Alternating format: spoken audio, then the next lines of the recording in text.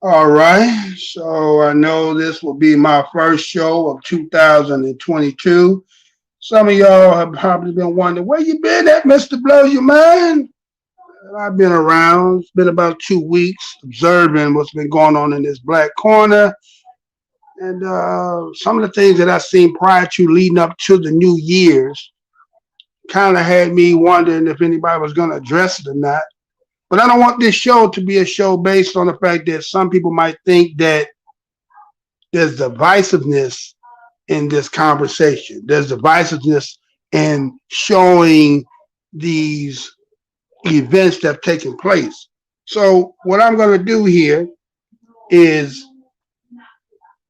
go through some events, some things that done took place, show there's a theme, show some history, show, well, if everybody has such a problem with Black Americans, then there may be other problems that we neglect about that, but we try to put it all about on us. So let's stay tuned as I'm about to get into this. Let's get into this, y'all.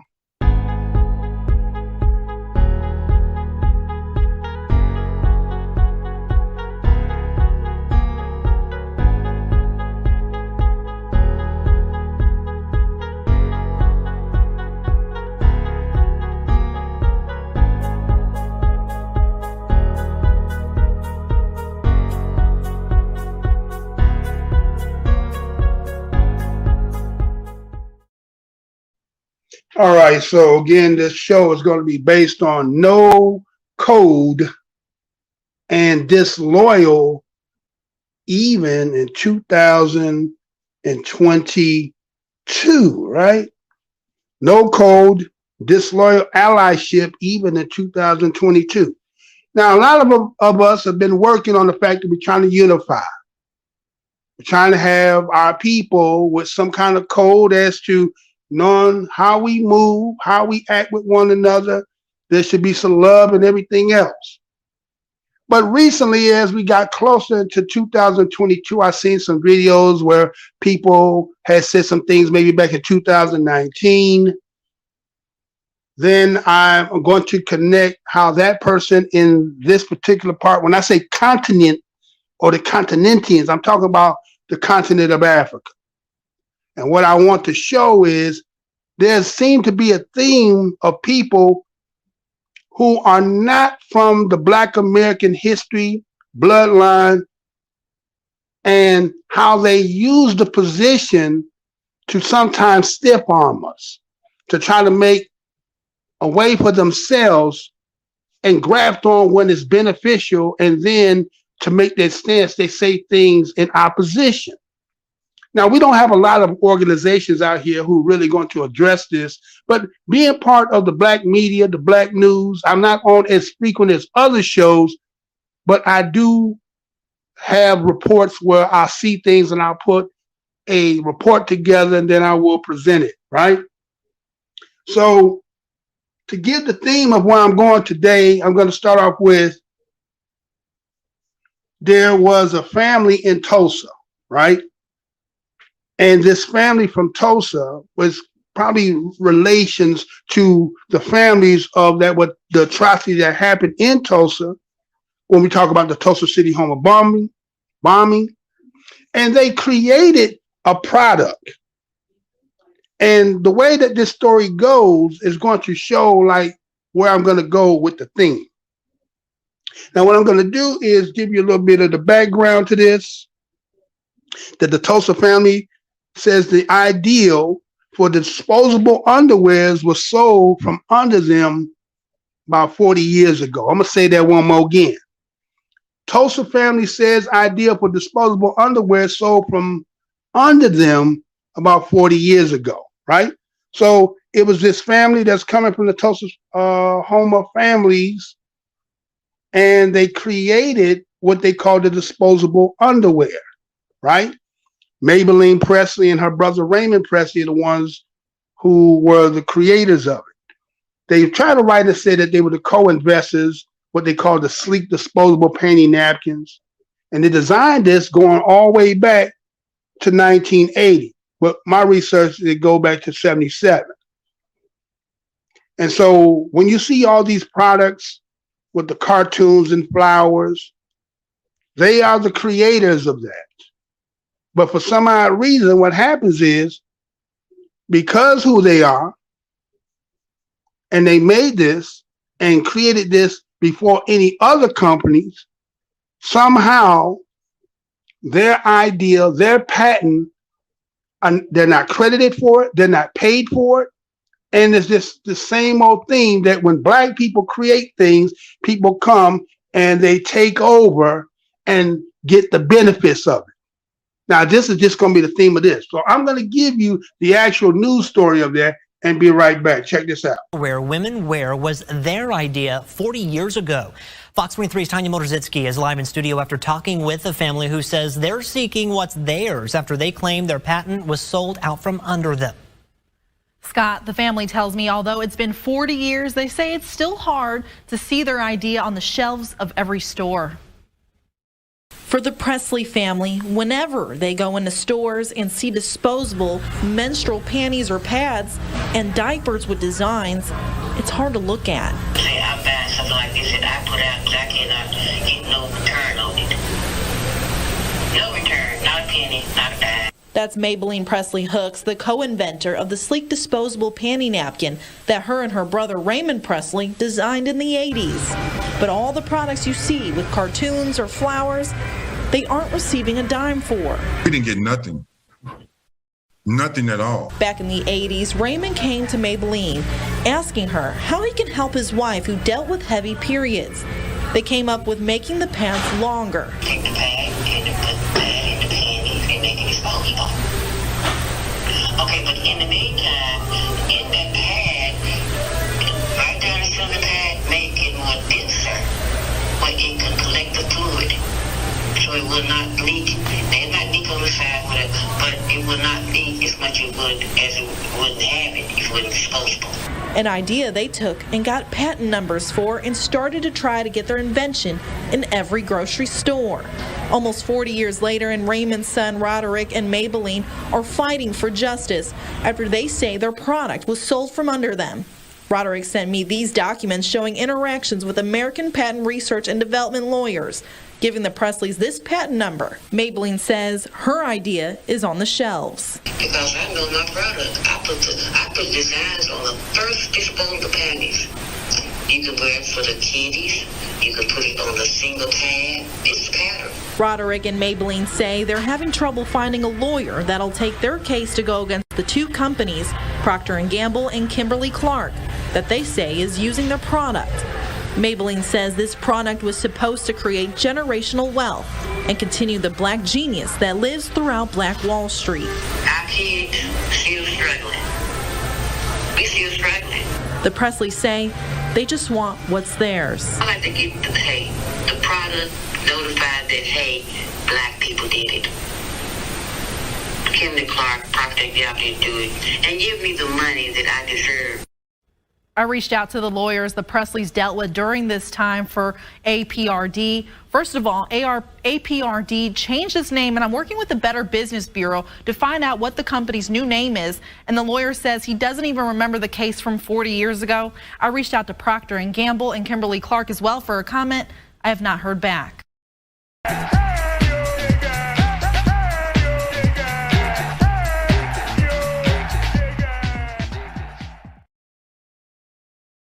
All right, so we are back. And so that you see is the story of the Presleys, who created a patent, a panty line that seemed to be taken from them and used by, whether by allegedly their lawyers or somebody within the mechanisms of how that operated, have taken away what they created, which had been the benefits of them monetarily, and as she talks about, generational. Now, the theme today is going to be about no code, right? And disloyal allyship, even in 2021. So here was These are Black Americans who are descendants and have history that goes from the inception of this country and have ideals and inventions that came from their spirit, mind, and heart. But as the old saying is always goes, somebody is always finding a way to undermine us because they don't value us. They're not loyal to us. And a lot of times, some people who are supposed to be of our skin, of our kin, as we go on later on this show, going to find out that everybody of your skin ain't your kin, and they're not on code with us. So, according, they had a U.S. patent. Their patent went back to 1977. When they finally get it, it's a little later than that.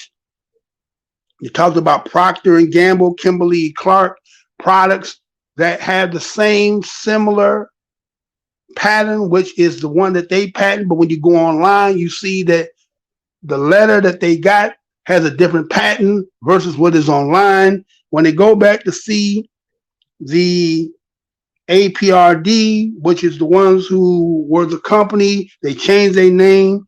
They don't remember what it was. So it could have been an inside job, right? And that's normally what happens with Black Americans. We have inside things that happen to us because people know that they can get away with stuff is because there's no protection. There's so many agents and non-allied people who are willing to, benefit the king share of what you should be getting. So the theme is going to move based on this, right? We're going to move off that. So let me show y'all something. There was a story recently in New York, matter of fact, about 2 days ago. And it's not so much about the story itself. It's about what he said in this story as we're going to get into the theme of no code, disloyal allyships, even in 2022. And my question becomes,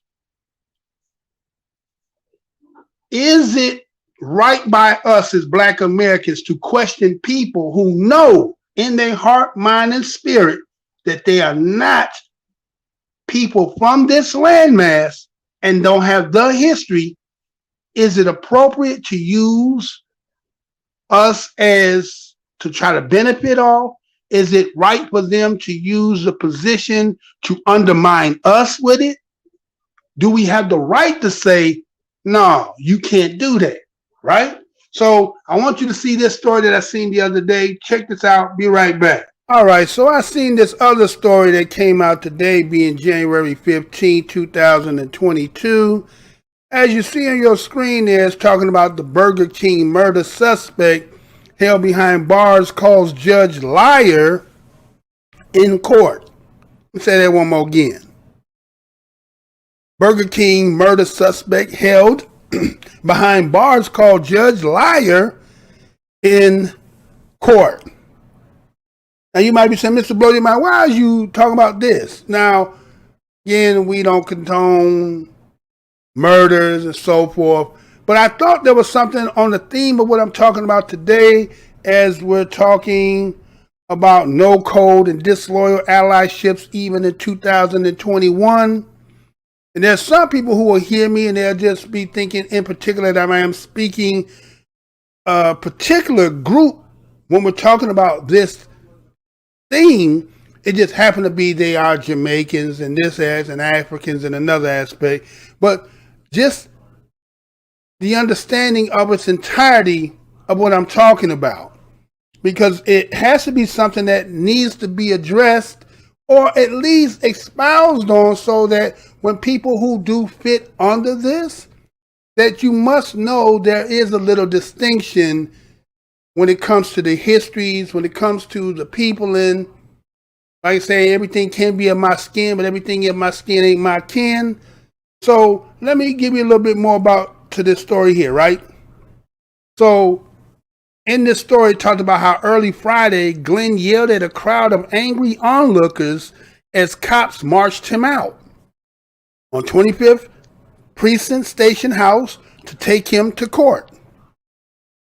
Now it goes on and says, where's our reparations for 400 years of fucking slavery, the suspect yelled.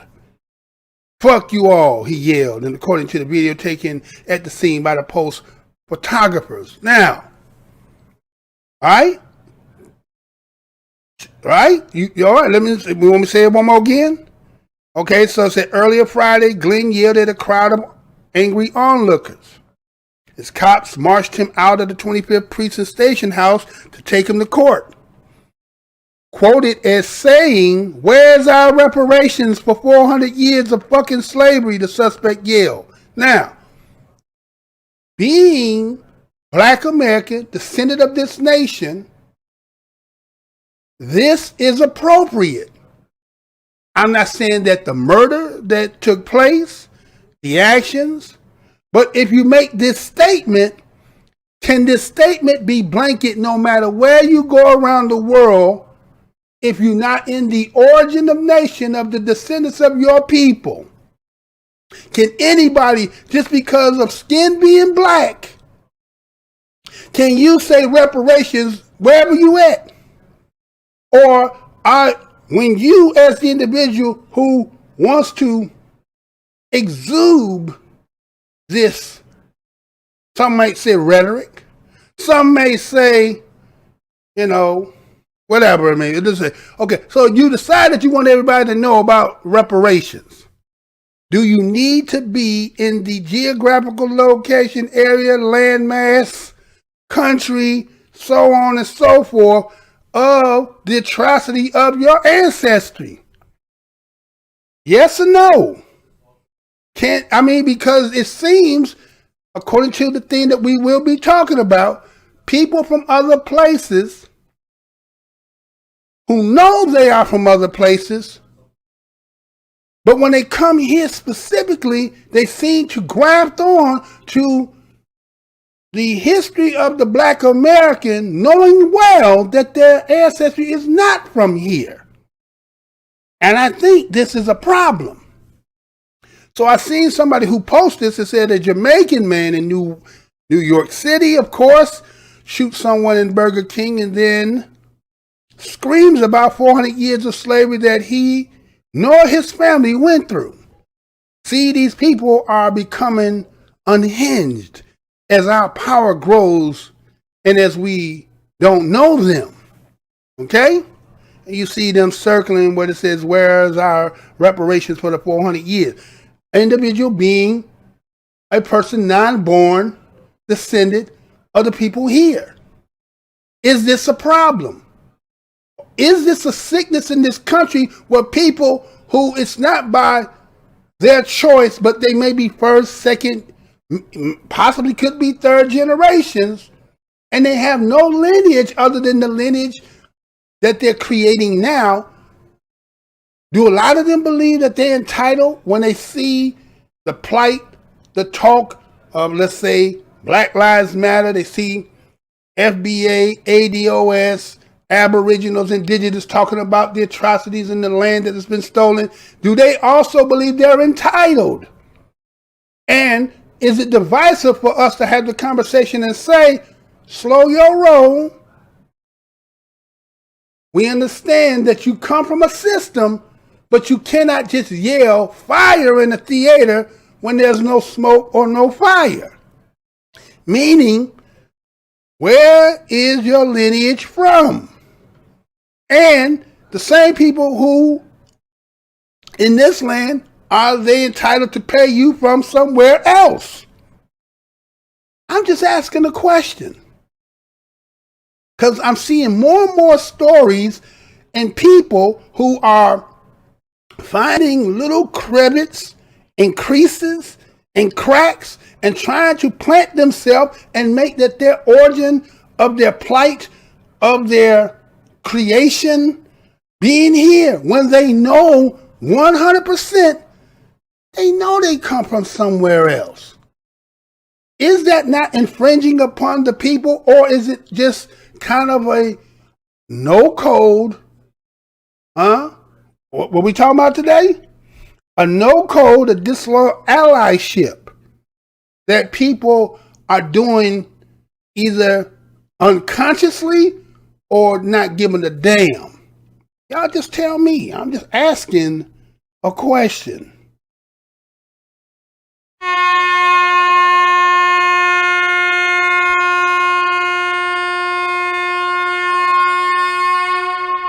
Hey, you sitting here watching the video. Why you sitting there?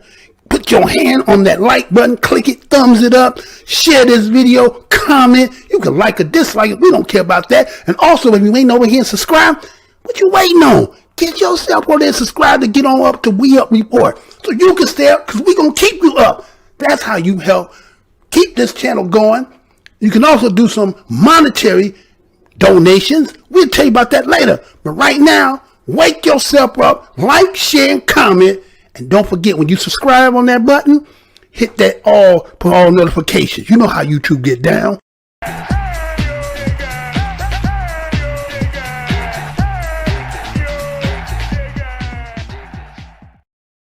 All right, so I had seen this story that we're going to start the show off with. And the reason why I'm doing this show in particular is because it's not a divisive show. I want for those who are hearing me to hear me straight out off the bat. This is not a divisive show. I love black people in general, in particular. But I think as we're now in 2022, you know how you have New Year's resolutions, you have agendas that you're trying to set so that you can start your year off, so that you can, shave off what was in the past to now move forward to the future. And I think collectively, as there are people working, trying to get unification of all peoples from all different walks of life, that some of the things that need to be done to make sure that we work these things out is getting one's house in order. And I think one of the major problems in the United States about house being in order is the fact that many people can come from other cultures, other countries, geographical locations, and they bring their culture, their understanding into our house. And as being guests in the house, I think it's only appropriate, if you are going to be a guest that will be appreciated in someone's house, is to acknowledge that, one, it is their house. Two, there are certain rules and regulations you abide by. Now, some people will say, well, you don't write the rules. You're not the master of the house. Maybe you're just a renter.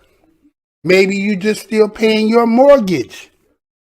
But if we're going to talk about collectively and being a group unified, then there must some things that have to be that will be in unison that we all agree upon. One in particular is, how would you feel if I came in your house? You allow me to stay, reside, eat, sleep, come and go as I like. But when I get around other folks, I talk about you. I say how your house is unkept. I talk about how I don't like the food. I don't like the way y'all talk, right? Would you consider me a good guest, or would you think that would be a violation of our so-called friendship, our allyship? Now, we're going to start this show off with this. There was a woman, if y'all haven't heard, let me show you. Virginia's first black woman lieutenant governor says, we need to move on from slavery. Let me say that again. Virginia's first black woman lieutenant governor says, we need to move on from slavery, right? Now, there's always going to be split between those who think that everything is good, and there's those who are still believe that they are feeling the spirit, the laws, the embodiment of what has always been. So there's always going to be split in the room. But if you are not a person of the country, of the history of your people and the atrocities of that history, do you have a right to say out of your mouth, we need to move on from slavery? Can that word and those words be used by somebody who is not in the geographical location, history, and descendancy of the so-called slavery history, and not from that land? Do you have the right to say that when you are a guest in another person's house? I'm just asking a question. I'm just asking a question. Now, some people say, you still talking about this? Do you see the date on there? January 13, 2021, this story comes out. So let me go on and give you some more to this, because again, the question becomes, as a person who is from somewhere else, do you have the right to speak on for the people who this history pertains to? Do you have the right? Are you off code? Are you in violation? Let's go on. So it talks about on Saturday, a Republican, Winsome Sears, will make history in Virginia by becoming the first black woman to hold statewide office when she is sworn in as lieutenant governor alongside the governor-elect Republican Glenn Youngkin. Okay? So, Winsome Sears wins the is going to become, as they say, the first black woman. Now, when they say black, then this goes into the term or the category, every one of my skin is my kin, right? Every one of my skin is now my kin. Now, that's when we talk about unification, when we're all supposed to be, we are one. But when they start talking off code and saying things that are not to the majority, but become individualized and become the talk of the majority, and they don't have the history, is that wrong? So we know the system will use first black to make it to be we're all one. But we've known and have heard, especially those of us who are the descendants and lineage of this country, everything of our skin ain't our kin, right? Everything of our skin ain't our kin. So with that being said, when they use the term first black, hides the fact of lineage, history. Who are your descendancies? But we use the skin to hide the fact that maybe this person of your skin don't have the ideology, don't have the history, don't have the knowledge, but is going to be used to be in a position to speak on behalf of the majority of you. Okay? Now, we're also talking about a place of Virginia. Virginia in the United States, and the history of Virginia when it comes to we as Black Americans. How could somebody who would be cut from us ever say, we need to move on from slavery? What makes us move on from slavery? Only if what? There's some rectifying. You cannot move forward without rectifying. Even when two little kids have a dispute in school, the teacher gets both of them and makes them both what? Either apologize, say you're sorry, something. You just don't move forward without any kind of, acknowledgement, compensation, showing something, right? So anyway, let's go on this show. Let me show you something here. So now, again, we see they talk about her background.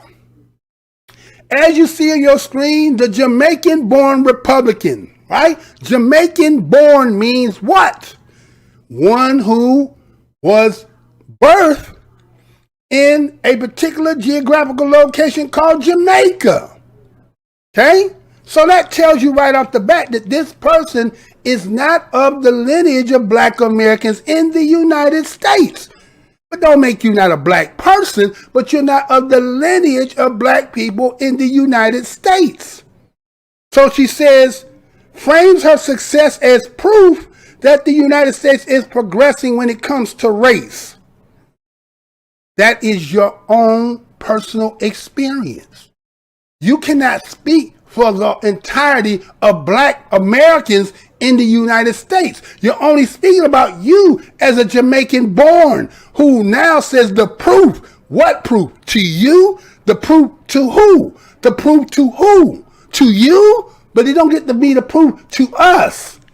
But it is you who's using this as the part of your, let's say, platform to speak to the masses of the people who you believe that you're appeasing to by telling them that, see, this is proof that the U.S. is progressing. We've been here too long to be still using the word progressing. You as a Jamaican born are coming here and saying progressing. We've been here too long to be talking about progressing when it comes to race. But see, is this not a violation when somebody from somewhere else say these things? Is it not? Are you off code? Or is there no code when y'all getting what you're getting and then the hell with the rest of you? I'm just asking a question. Then the party goes on and says, I'm from another country, another culture, another country, another culture. What does that tell you?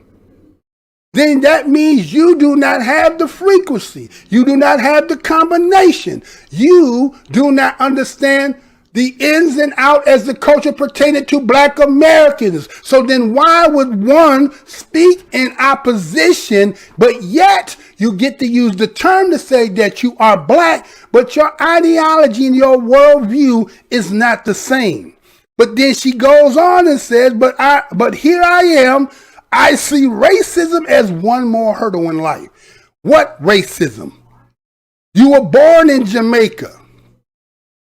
What do you know about racism of the United States? Because of your life experience as an individual, when we are generations of experience that many of you have no idea what it's like, what we've gone through, what we hold genetically. You just come being able to leave the land from which you came, which you were not willing to fight for, to come to a place that was already set up. So it's easy for one who was from the outside coming in and say, here I am. I see racism as just one hurdle. Really? You didn't come from the place of the origins of your people and the racism that was put upon your people.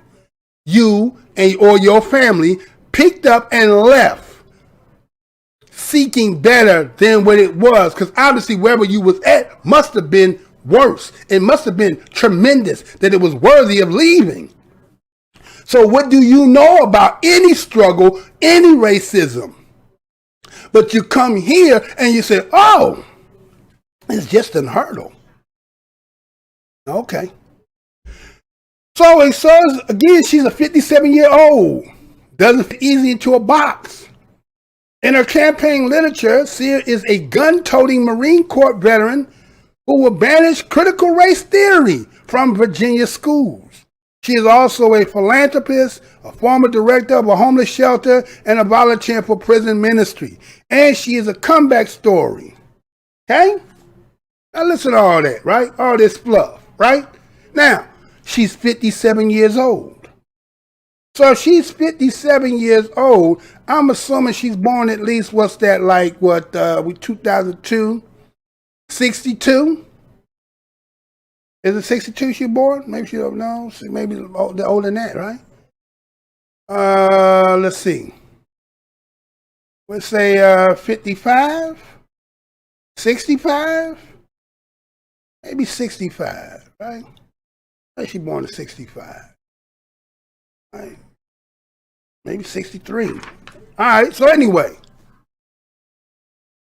So that's telling me she's about the equivalent of a Gen Xer. A little bit older. A Gen X coming in 65, so that's about what, 57? So I say she's about the Gen X's age. But she was not born here. So that means from her, well, as you will see, she's going to tell her story of her coming here. But 57 years in this country of your own experience is only your experience. What do you in 57 years versus some people who've been here for centuries and centuries and centuries and centuries and centuries of generations? What do you know as an individual versus the people who are centuries and centuries and centuries and centuries and centuries of this place? You have not enough knowledge, even as a 57-year-old individual. But they show that you're willing to banish critical race theory. Why? You automatically said that you were from another place, from another culture. So why are you using to get rid of critical race theory? In Virginia schools, of all schools, being the origin of what they talk about, the American history originates in Virginia. See? So when people who come here from other places and get in positions, Colin Powell, Barack Obama would be one, Sheila Jackson, right? What's his name? That was the defense, what's his name? Picture his face. Eric Holder. But he was Obama's Secretary of State or Defense or whatever it was, Secretary of State. Or was it Defense? But anyway, but look at the theme there. Colin Powell, look at the theme in there. There's a theme in there. When you cannot discern the theme in there, they get to throwing these people and put them in position, then they start saying things that, again, everybody want to say unification. Everybody want to say Pan-Africanism. People want to say how collective is, but as long as people getting, I don't really think they care about what really happens to you or us in particular. So goes on talking about how she plans to use her new power to address what she sees as pressing problems. A country that's undereducates its children and overtaxes its citizens, as well as a state unwilling to move on from its dark past. Why is it that people who are not descendants of this land focus so much on trying to eradicate a history that does not pertain to you?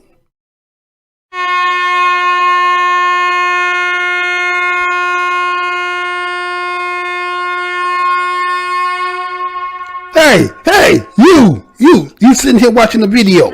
Why you sitting there? Put your hand on that like button, click it, thumbs it up, share this video, comment. You can like or dislike it. We don't care about that. And also, if you ain't over here and subscribe, what you waiting on? Get yourself over there and subscribe to get on up to WeUpReport so you can stay up, because we're going to keep you up. That's how you help keep this channel going.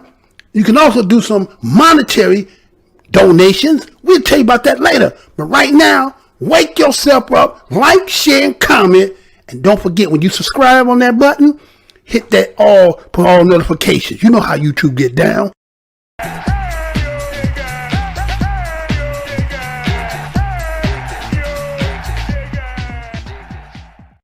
I remember I did a story about a dude that was running for governor who was from Nigeria. And he was doing the same talking points of trying to get rid of critical race theory. But he's from Nigeria. That history has nothing to do with you. But that's what you're running on to get some kind of political support from certain people who don't want to hear about the atrocities of the history. So we see this individual here is using the same thing. Oh, you talk about the undereducation of children and the overtaxing of its citizens. But then you talk about the dark past and how the state doesn't want to move on. Well, how does it move on other than the fact by rectifying it? Is that part of your using your power? She goes on and says slavery happened. Absolutely. And there are some vestiges of it. But how long are we going to go back there? Right? Oh, we're going to acknowledge that slavery happened. Absolutely. Vestiges. How do you measure vestiges? What does vestiges mean? Because I asked you the question, what made it eradicate? What made it go away? Did the 1865 Civil Rights made it go away? Did the Board of Education in 1954 make it go away? Did the law that, I don't know, did they ever have a law that actually eradicated and said that you were no longer slaves? Oh, Emancipation Proclamation. Is that a law? So what vestiges and how do you measure vestiges? And then a person who has acknowledged I am from somewhere else. I did not have the culture here and didn't have the mitigated gall. How long are we going to go back there? You don't have, that ain't about you. You don't have the right to say that. If you was in Jamaica, yes. But being in the United States, shh. You can never say that. No one from anywhere else who do not have the lineage that comes from the United States that goes back into these so-called histories can never, ever speak on that. It's a violation. It's a violation. But anyway, talk about a governor who is also black. Sears embodies a fiery Republican response to a racial reckoning that's gone too far. Response to the idea that the U.S. remains rooted in white supremacy. See?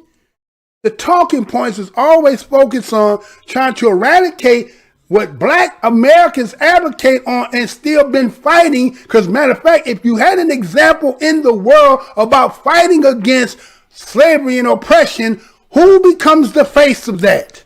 Because it's never y'all. Who are y'all heroes? Of all these places that y'all come from, who are y'all national heroes? What are the stories of the fight that y'all took from the place that y'all left? Because we know nothing of them and y'all never speak of them, but you do graft on to our history and make it become your own. Why is that? Maybe because nobody ain't fighting from where you come from. Either you're runners or you're not fighters.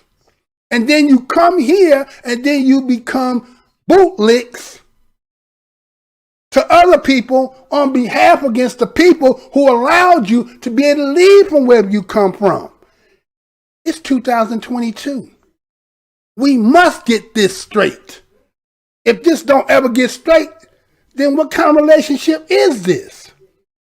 So you say that there's a racial reckoning that's gone too far. What's the racial reckoning? That black people are trying to make people accountable and make amends for what they've done, and they don't like the fact that we have brought this up, and then so they get a person like you, put you in a position, and we want you to crack the whip and back them lions up and get them tamed, and you say, I'll do it, massa.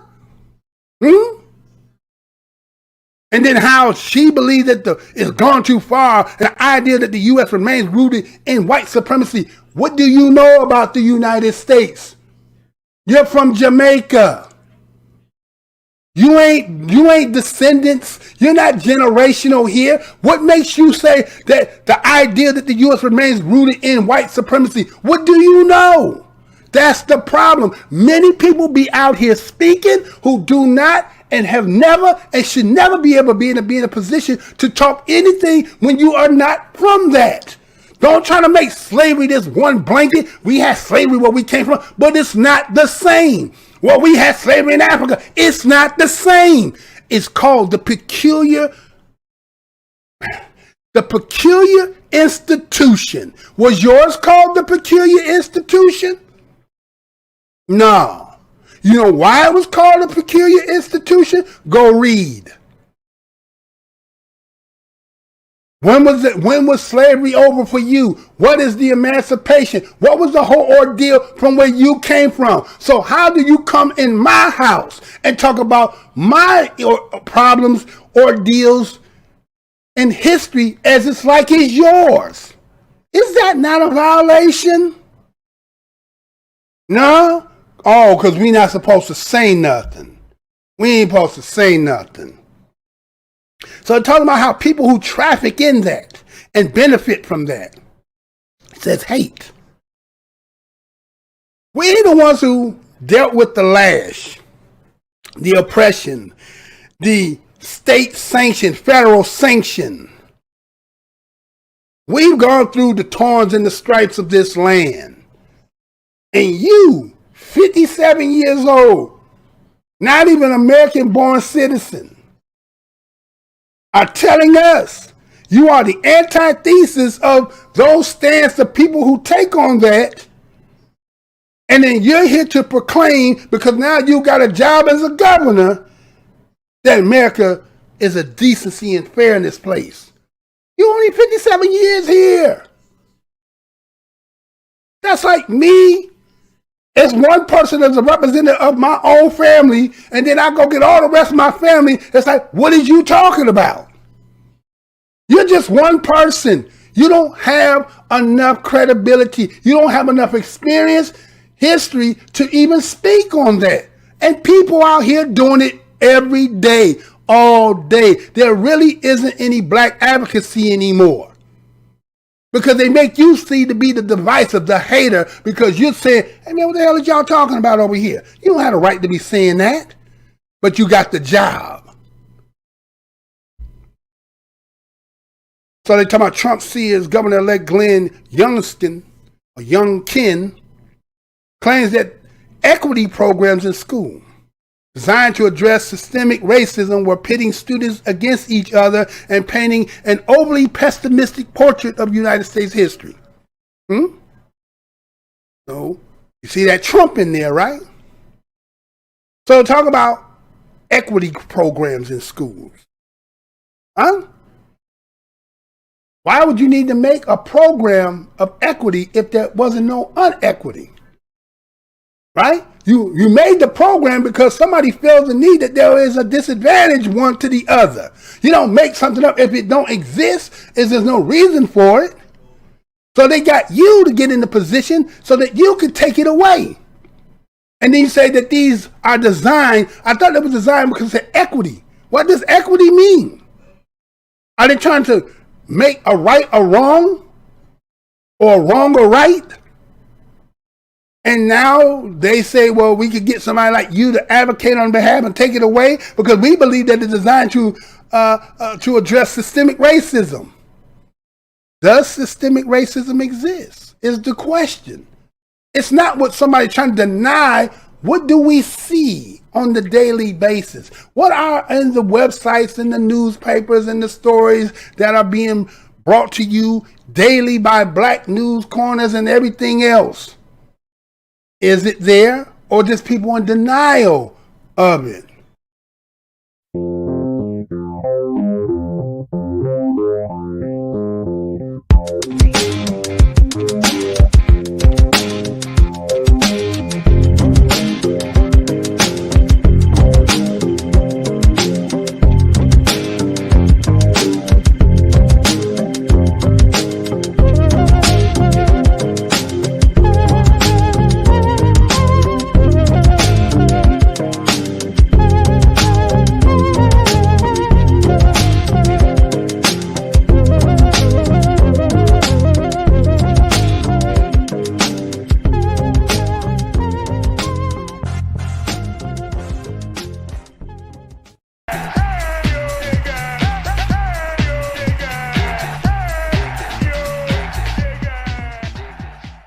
So they say in part with the school that they're pitting students against each other. Wait a minute. If you say that these equity programs are making students go against each other by talking about history and the things that still prevail to this day. And it's because we're having these discussions, it's making them against us. How else are you going to rectify a situation if there's never going to be no accountability? There's never going to be no awareness. There's never going to be, since you cannot deny it, let's talk about it. It's because of guilt that people feel. And that is the inheritable thing that some parties' ancestry have left upon their children. Is that they have to make some amends for the stuff that they did, even though you have not done it. But that don't mean if you want some change, you want to make things better, you're going to have to address it. And you're going to have to sit there and deal with it. So now what we do is we're going to go get a bootlick and get you in there to advocate on behalf and speak on the behalf of us, but yet you represent them, and we're going to need you to do the dirty work. Because they saying they're painting an overly pessimistic portrait of the United States. So, you can't have both sides of the argument. You can't be the one that has benefited from what the history has said entail. And then when it comes to cleaning it up, you still want to benefit and say, no, well, we're not going to talk about it. Which one is it? Or which one is it? Right? Now here she says she grew up around newspapers and dinner table political chatter in Jamaica. Let me say that again. She says she grew up around newspapers and dinner table political chatter in Jamaica. Is the same politics in Jamaica the same politics in the United States? And when you was a little girl? The politics today in Jamaica should be about Asia and China taking over. Why ain't so many going back trying to recapture Jamaica from the Chinese? But you in here telling black Americans, get over your history. Don't talk about it. The country is great. What are you crying about? Look at me. But in your own place, the place of your ancestry and the history that is entailed, you wouldn't dare go back in front of Jamaicans and say that. You wouldn't dare do that. But it's easy and safe to come in front of black Americans because white folk gonna protect you.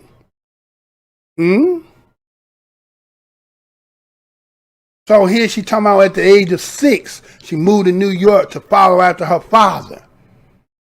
Everything was unfamiliar, the smell, the cold, the dead bolts of her apartment door in the Bronx. You grew up in the Bronx. See? Think about this, y'all. If a person who is by immigration from another country, culture, comes into, as she's saying here, comes into New York and lives in the Bronx, and the people who are living in the Bronx are immigrants, then what real true American experience are you understanding as a black American and its history if your people are immigrants and the people you are residing and live amongst are immigrants? Then what is the true pulse of your understanding of America, like a black American, when your whole existence has been amongst immigrant peoples? See? How? She tells it that her family wasn't wealthy. Her father arrived in the U.S. in 1963 with only $1.75 in his pocket. You know everybody loved telling that story. Like Sally Struthers talking with the Africans with the fly on his face. You could save a kid for just $1, right? You could save a kid in Africa for $1, but you can come from Jamaica, right, with $1.75 in your pocket in 1963. Where did the black American, can he go for $1.75 anytime? No place you can go. There's nowhere you can go that no country will let you come with $1.75. As if like the $1.75 is all he had. You mean to tell me when they set it up, he didn't have no place to stay? There was no community. There was no program. There was nothing. Is that what you want us to believe? People love telling us these stories. Oh, my father, grandfather came here with $1 in his pocket. But you ain't telling about the stuff that they always been giving people that come here, that come from really the tax money that Black Americans don't get to allocate for themselves. She talking about when she stepped off the plane at JFK. But you only had $1.75. Who paid for the plane ticket? How'd you have a plane ticket? You ain't come on no boat. You came off a plane. So somebody had to pay for the plane ticket. And talking about how traumatic it was. And when I stepped into, and now she used the term into a new world. Well, guess what? That new world that you stepped into was already built when you came in 1963 by descendants of mine and others when you got here with this traumatic experience, leaving from a place that I guess was much better, because I don't know how it could be traumatic, because you must be leaving for a reason. But when you come here, it's this new world that has been built. But now that you as a grown person and got a job, you want to tell them people who gave you a place to reside and come and leave from that you need to get rid of that history, forget about what happened to you, and let's move forward because this is a great place. The mitigated gall that many of y'all do, and to do what y'all do, it's just, let me move on. Matter of fact, ain't nothing else to be said. Can you believe that? Tell me if I'm wrong. Is it right for somebody to come from somewhere else amongst other people who have been here from the inception and tell them that what they are doing need to stop? You need to stop that. We need to move forward. Show me the other side. Show me any people who've gone through, and let's see if they people ever say that. See, that's the problem. These other people are not our people. These people are skin-colored people, but they're not biologically, genetically, DNA, family people. That's why they can say what they say. All right, so that was on that particular part there about, again, this is not a divisive show. Somebody may come by and say, man, this nigga's hating us. No, I ain't hating nobody. But there do need to be some advocacy from Black Americans, because I'm seeing a little bit too much. I don't come on as much as I should. There's a lot of people who in here who were some of my day ones. I'm going to give acknowledgement to some of y'all. I know I ain't been coming on. It took me 16 days in this 2022, but I will be on. But I had to address this. Now, it took some time to sit down and work this out. But y'all seen it just like I'm seeing it. And no one's saying nothing, because if we say something, it seems to be like we're divisive. They act as if like they smarter than us and that we don't see the games that's being played. And it's kind of taboo because we don't want to be airing out in front of, you know how it is. We don't want to be airing out in front of company about some things, but sometimes some things just got to be addressed because, you know, I'm going to take us back. Now we in 2022. I'm going to take us back to an individual who in the paper had talked about, because I see a lot of our brothers and sisters who are going, traversing to the continent, getting land, taking their families. This all good. But they always want to sell us the one side of it. They want to just make it seem like everything is peaches and creams, Dixies, cotton candy, you know what I'm saying, fireworks every day. That's fine. We understand they don't want to show the backside. You know, it's like when you talk about Jamaica, for those who've been around, you remember the commercial was they used to show the sandy beach and the blue waters, right? But behind that fence lived where the Jamaicans, you know what I'm saying, like us Black Americans, you live behind the fence, and behind the fence is Kingston, and we know how that looks like, right? But when they show you the commercial part, it's showing you the hotels in the blue water. You had one of them serving them, and this white folks with the feet kicked up, sucking on a damn coconut, right? So my thing is, you know, people want to keep selling us the dollar and the dream and telling us how, you know, they say we're being divisive. We don't want to be Pan-Africanism and all this, right? But let me show you something. Because see, a lot of times when we speaking, because we don't have the facts to prove, to show that these people sometimes show who they really feel about us. But everybody say when we speak about it that we are the divisive one. But let me take you back to a particular time, and this particular person is actually a doctor. And the things he's going to say is not my words. I'm going to make sure you see exactly what he said and hear his mindset in 1969. He's going to tell you the mindset that I'm not going to say it blankets and say that all Africans from the continent feel this way about Black Americans. But if he's speaking and he's a doctor, which means he's supposed to be educated, then that means the circle of the educated ones are probably somewhat in similar thought. Well, check this out, and I'll be right back. All right, this is Dr. on the banjo gets very upset over Black attitude. Let me say that again. Doctor on a banjo gets very upset over Black attitude. Now, this was written by Lewis Martin. It goes back accordingly from what I found, 1969. Now, 1969, we're in the year now, 2022. We will look at what was said in 2019. So if you do the math of 2069 to 2019, that's about 50 years, right? So we have an increment of 50 years, different location, same continent, but the gist of the conversation, of the mindset of the individuals who are speaking about Black Americans in particular, seems to have the same theme, same sense.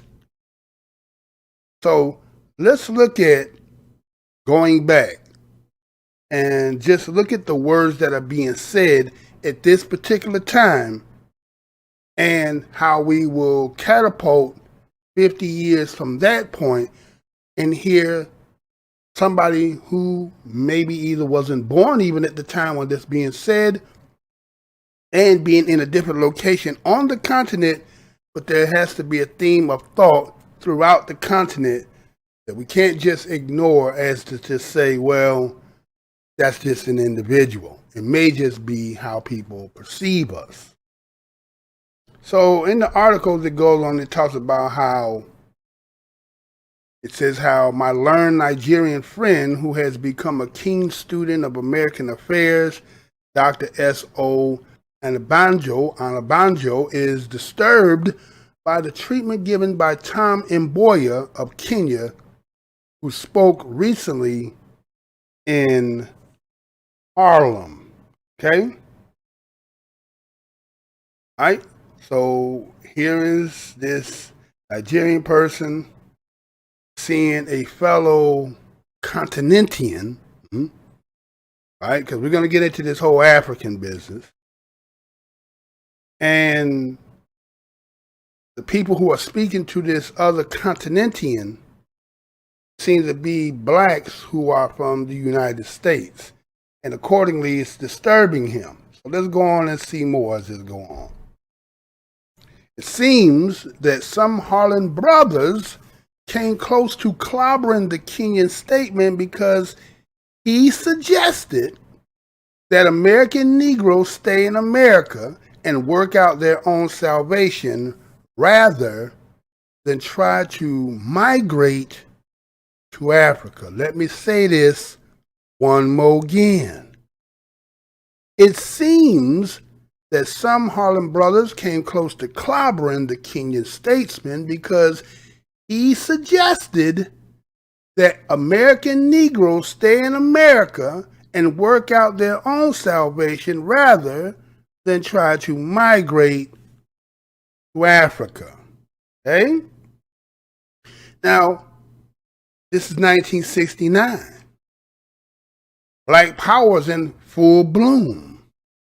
Can you imagine Black Americans who are standing, protesting against the system, actually standing up for other nations to come here, and then a person who is coming into your house when you are advocate and aligning yourself with the continent and the people, and this person says that you American Negroes, y'all need to stay in America. Instead of, work out your own salvation, right?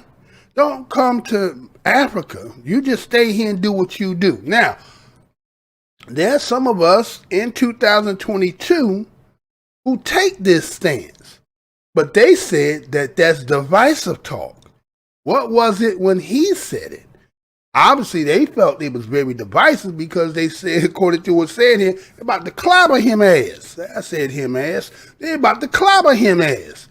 And when they were going to clobber his ass, on a banjo became, as they said earlier, disturbed when he seen that the attitude, as we're talking about, that Black Americans, what's wrong with you? Why you feel some kind of way when all he's doing is trying to tell you that know your place? And in another breath, he's saying something else. But as we go on, you're going to see. All right? So, on a banjo, goes in and says this. You Black Americans, Dr. Anna Banjo told me, they said it was this individual who's writing this story. Now listen to what he says. Are not Africans. And we Africans have enough trouble trying to help our own people. Now, if Black Americans can give us money, let me say this one more again. These are not my words. These are archived words. These were supposedly written as you see on your screen to make sure that I didn't do this. So somebody can't say that I'm hating. I'm just taking in the archive to show you the mindset of 1969 by Dr. Anna Banjo and what he was saying in particular to a group of people who were probably collectively thinking about either Pan-Africanism or Black unification with the continent as Africans and maybe having the ideology of being Africans. But listen what it said. You Black Americans, right? Dr. Anna Banjo told me are not Africans. We Africans have enough trouble trying to help our own people. Now, if Black Americans can give us money, listen, okay, give us money, right? We're going to go on. We're going to stop right there, but there's more to this. So again, when he's speaking, he's being specific. He's being direct. He's not saying like partial of you or this one particular, well, he is identifying a particular group, but he says specifically, you Black Americans. Now, he made a distinction in this conversation by saying, one, he shoved us, stiff-armed us. He put us in our place by saying, are not Africans. Now, I know there's many people in this corner in particular, and people's ideology and philosophies are geared towards making a unification as all Black people are the same. By skin tone, we might be all the same. The ideology of everybody saying that we all come from one specific place, from a specific origin, has not been determined by our science yet. Let me say that again. Yes, what we've been told as of 2022, and we have to get to a point in our growth and development when we have our own laboratories, our own archaeologists, our own determination of the science of what we have found to make this stamp approved. Otherwise, it has been given to us, and it may have a reason for them giving it to us. And a lot of people are not going to agree with that. But the truth of the matter is, you can never take with somebody who's been in opposition to you, no matter how well you think of them to be trying to do the right thing, until you have conclusively, as a group, did your own due diligence, have come with your own determination, and not be as funded and not having an agenda that may take portions of your findings, and we're not going to deal with that. When we're not to disclose that, we will keep this secret for ourselves until we have that kind of study. Nothing can be 100% exact and a fact, and I don't care about who says it. I don't care what ideology you say, because we have not, as you see on your screen, Black Americans have never benefited on the unification of everybody else. It's, again, my analogy would be for those who ever seen the movie Cool Hand Luke.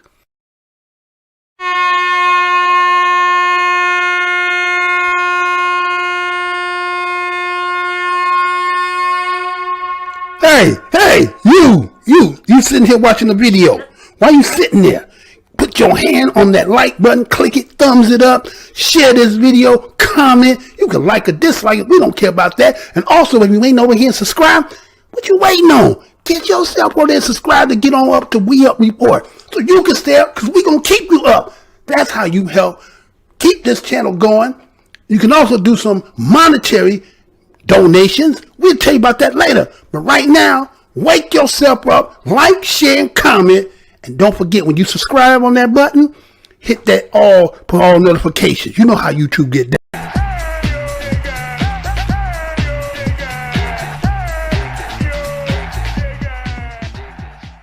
Seen the movie Cool Hand Luke. Cool Hand Luke was a movie, and a lot of them being in jail. And there was an individual who was just unique in the fact that he would not subject to authority. And they took a liking to him because he did some things, but you know, when you coming into and you're new, they're breaking you in to see really how you're built. So there's one time he was eating food, and everybody that was in the cell took their spoon and walked past his plate, dug in his plate, and took a spoonful and ate it and kept on moving. When we talk about unification here in the United States of other people, of other persuasions from other lands across this country and this world, that's basically how that relationship has been. I'm not saying there's no allyship, camaraderie, and mindset, even made in fraternization, but we're talking about collectively as a unit, as a group. Many come here, have their own communities, their own business districts, and they deal with us accordingly, but not entirely where there is one grouping of all of a mass of people who would be, let's say, continentians, living together, thriving together, but there becomes a separation. So it's kind of like those people who do come here are like taking the spoon and dipping in our plate and keep on moving. Whether you want to admit it 100% or not, want to say that you trying to be divisive, I'm not being divisive. We have to look at it for what it really has been. Because let's ask yourself the question. Have you ever seen family members in your own family who are phony with each other when you know they don't like each other? Let me say that one more again. Have you ever had family members, aunties who didn't like each other, cousins, uncles, grandparents, you understand, other family members who are married into the family where they be phony when they have to be in an atmosphere at the same time, and everybody who really understand the dynamic of the relationship know that they putting on, as they say, airs. So they put on the damn airs, people acting phony only to deal with you, but really technically they do not like each other. That is kind of like the relationship that you see amongst us. But us being in our house, when you come in our house, we show you hospitality. But people who come here, after a while, getting what they're getting, don't even act as if like they came into your house. Their mindset will start to formulate and change and act as if like, well, that's really not your house. It's their house. It's right. It's like saying you haven't paid full your mortgage, right? You haven't paid your mortgage full out. So, but you are paying the mortgage. You just haven't paid out to get the satisfaction of loan, right? Which really, you don't really need no title anyway. But anyway, the fact is, you get your satisfaction loans proves that you are the owner of this house. But the people that you allow to come and stay in your house will talk to you as if that's not really yours. They say, well, really, the bank owns the house. Really, they who land this is theirs. So they get to a part where they're kind of separated. It's kind of the same thing. All of a sudden now, you're not African like we African. When they start to getting it good and they start to get settled in, right? I'm not trying to be divisive. We have to be more truthful about these relationships that have been, because it's getting worse now. We're hearing more and more conversations and things that people are trying to put their flag on things that have been the origin of our creation. Are now you're hearing slowly people having conversations and trying to say that this music is ours now. It created because it was us. Not that it originated where they come from, who they are, but it had to be up under our house. So now it's like it's not your house anymore. You were just paying mortgage. You were just renting. You didn't own. So we're going to go with the mindset that who owns it ain't you, and they allow us, and they say that we can say this, so now this is going to become true. So if we're not going to put our foot down, if we're not going to say anything, before you know it, everything that we've ever did and established will be taken. Anyway, moving on. So he says that they have their own troubles. I agree. This is 1969. In 2022. I see many videos in this corner where a lot of brothers and sisters are showing their ventures, their visitations, and they're showing the interactions, and they're kind of spitting in the wind at Black Americans because now you're no longer there. Let me say this again.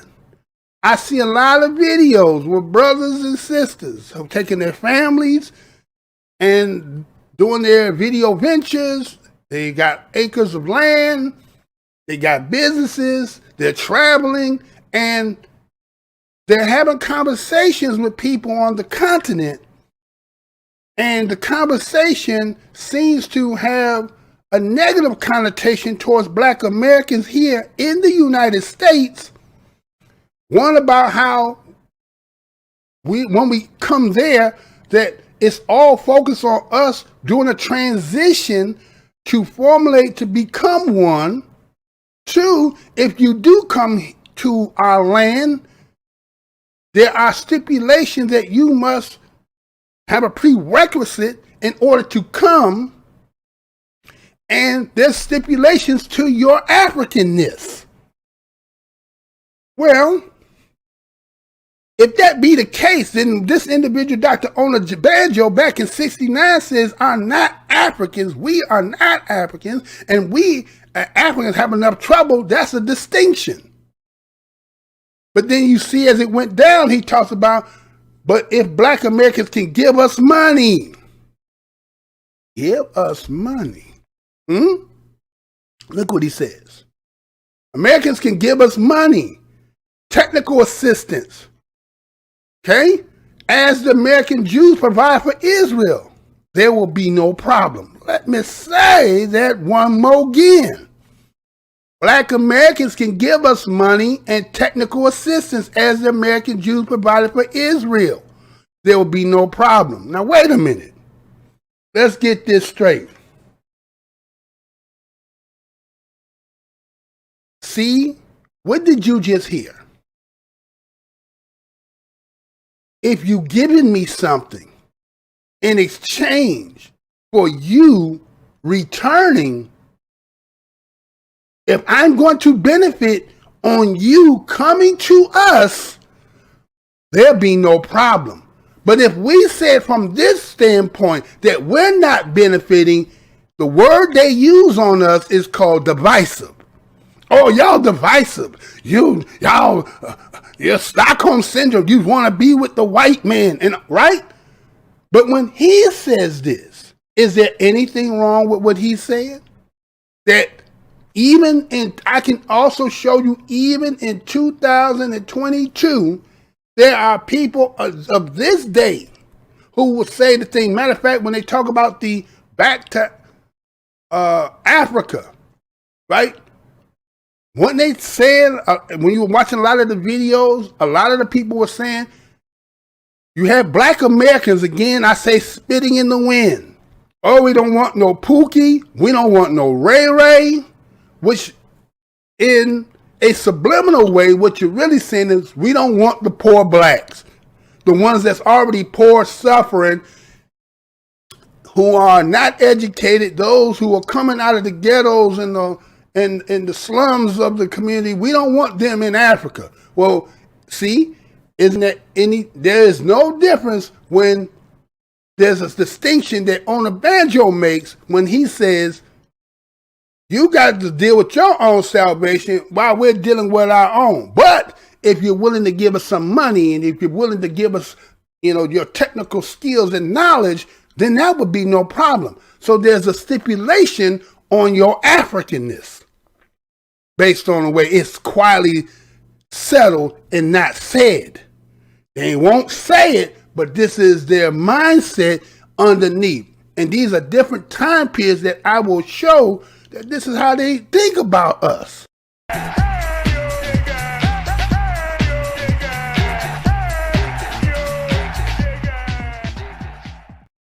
Right? And then to make the comparison, this is the part when you know that a person is not fully thorough in the history of what he speaks.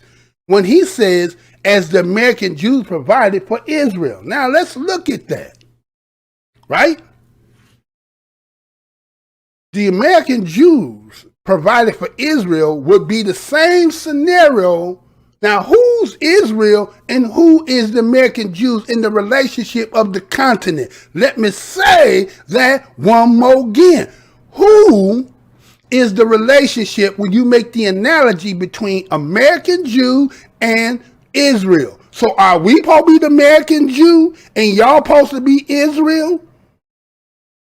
When we look at the history of what took place and what transpired, the mitigated goal for somebody to even to make the assumption that we should be paying you and we should be the ones that financial support you. When the whole ordeal, if we're going to go with that history that everybody loves to run with, aren't we Israel and you're the American Jew? Shouldn't you be making pathways for us in our transition? But that's not what y'all doing. So there's a problem.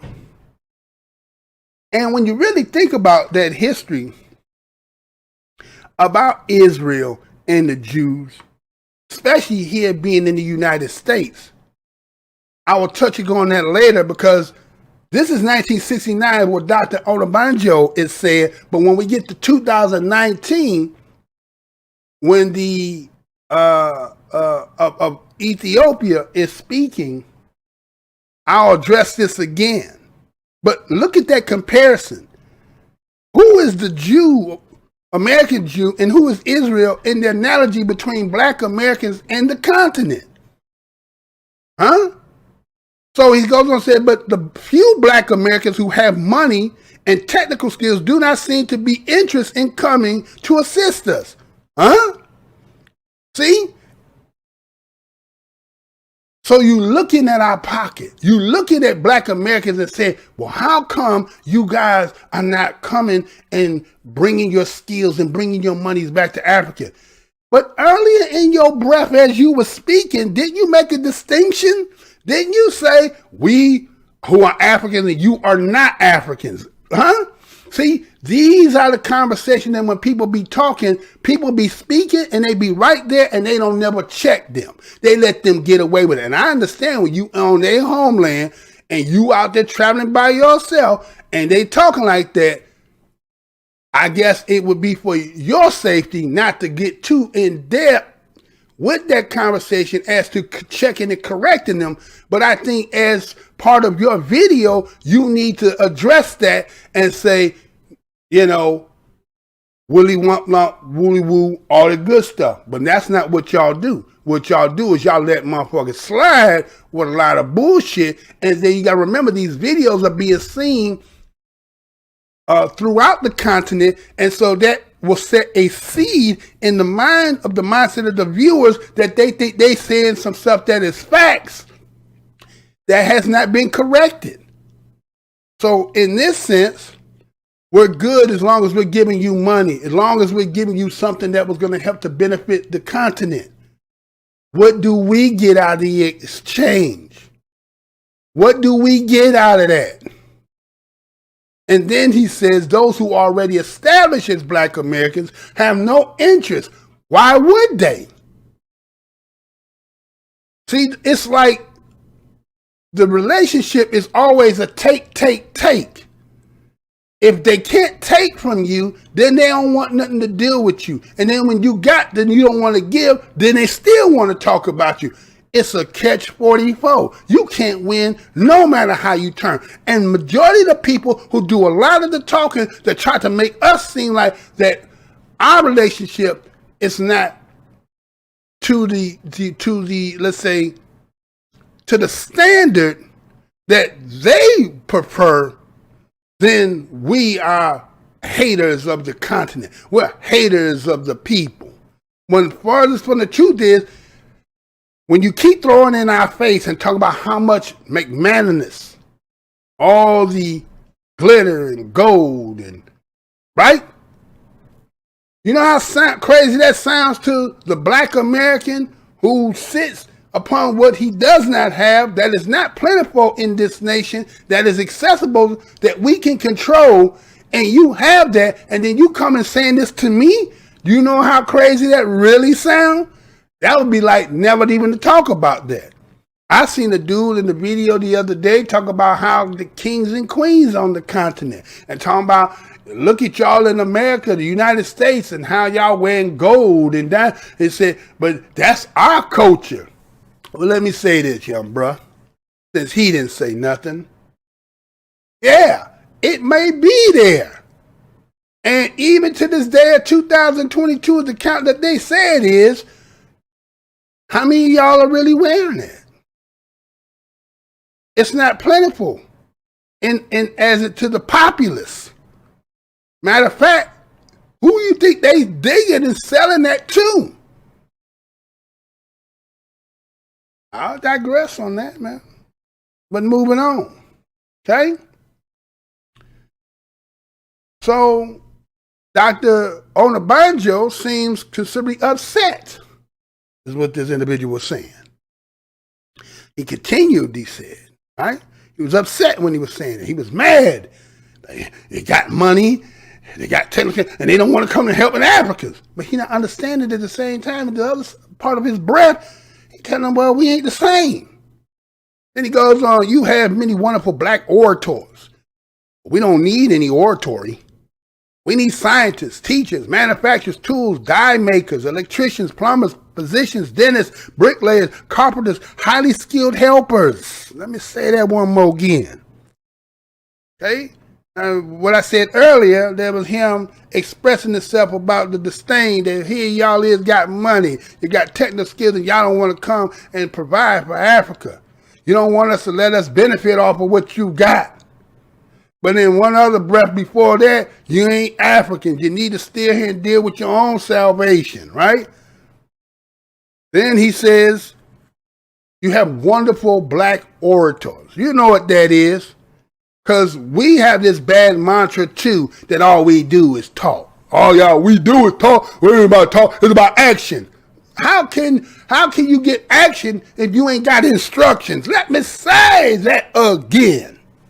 How you gonna act on something when you ain't got no instructions on what to do? See, everybody don't want to hear the talk is because a lot of you run from the fact of what the truth of the matter of the situation is. So you like your ears to be tickled and then trying to do something, but you have not seen let's say, the end of that, of whatever it is that you're thinking that you're trying to accomplish, you're not looking at it like chess. So you only in the early stages of the game where you already being set up. The master chess player has already got everything in position. He's just waiting for you to get to the point that you recognize that you already been beaten. So when you try to jump the process, right? When you jump in the process, then how you going to get the outcome if you're not going to go through the steps to get to the outcome? And that's what a lot of us do. We just want to jump and get to the action, but you ain't got no instructions. Many of you don't really know all that you think you know. Many of you just want to say, oh, I know about slavery. That's good enough. No, it ain't just that. It's more to it than just that. So here's an individual. Then you got black orators. So, you know, in a way, what they saying, a lot of good black men got good mouthpiece. They can talk that game. And I'm not going to say that we don't talk that game. Right? We have to talk the game because instructions must come for other people to learn from and to become doers. That don't mean we just sit and we always talk, but everybody got their lane of how they're going to be as an intricate part and to the growth and development of us entirely. So by saying black orators, you're talking about of the time, you're talking about Martin, you're talking about Malcolm, you're talking about many of the brothers and brothers who were at the time who were speaking life, speaking motivation, speaking a knowledge into the people. And people take this part of our growth and development as if, oh, any of us can do that. No, many of you be talking, but a lot of you ain't talking about nothing. James Brown said it, talking loud, saying nothing, talking loud, saying nothing. Huh? We got a lot of that. Look in this damn corner lately. I've been sitting out for almost 2 weeks. Into the new year, they say 2022. And I hear a lot of talking loud, saying nothing, back and forth, grown men talking about things of nothing of substance. It's all about backbiting. It's all about he say, she say. It's all about, don't y'all notice many people who are observing you, watching you, part of your cut, part of the people who are just observers of flies on the damn wall, and it's like we staying true to the stereotypes. So they make us boil us down to, oh, they talk good, but at the same time of that talking good, orator trying to get the people to be infused with the spirit to do, at the same time the chessboard has already been set. The pieces are already in position. So you're like a fish going against the current. You always going against the current because you always been at delayed in your progress. You have been put a copper band around the tree to stop your growth and development. And because of that, people think all we do is talk. But the part of the equation, if you was to do this as a math equation, what part of the chess part of this, where there has been obstacles, currents, detours, undermining. And we're not talking about a small one. We're talking about when a system in its totality has worked to keep you at a bay. So he would say, we don't need any oratory. Well, guess what? Are we trying to make a comparison to the United States population today in 2022 compared to 69? We'll say about 20 million of us in 69. Compared to a continent that got 1 billion plus. There is no comparison. Because a continent of all people who look up all of the same skin color, difference would be about maybe, let's say, your tribe, your tribalisms, maybe be language.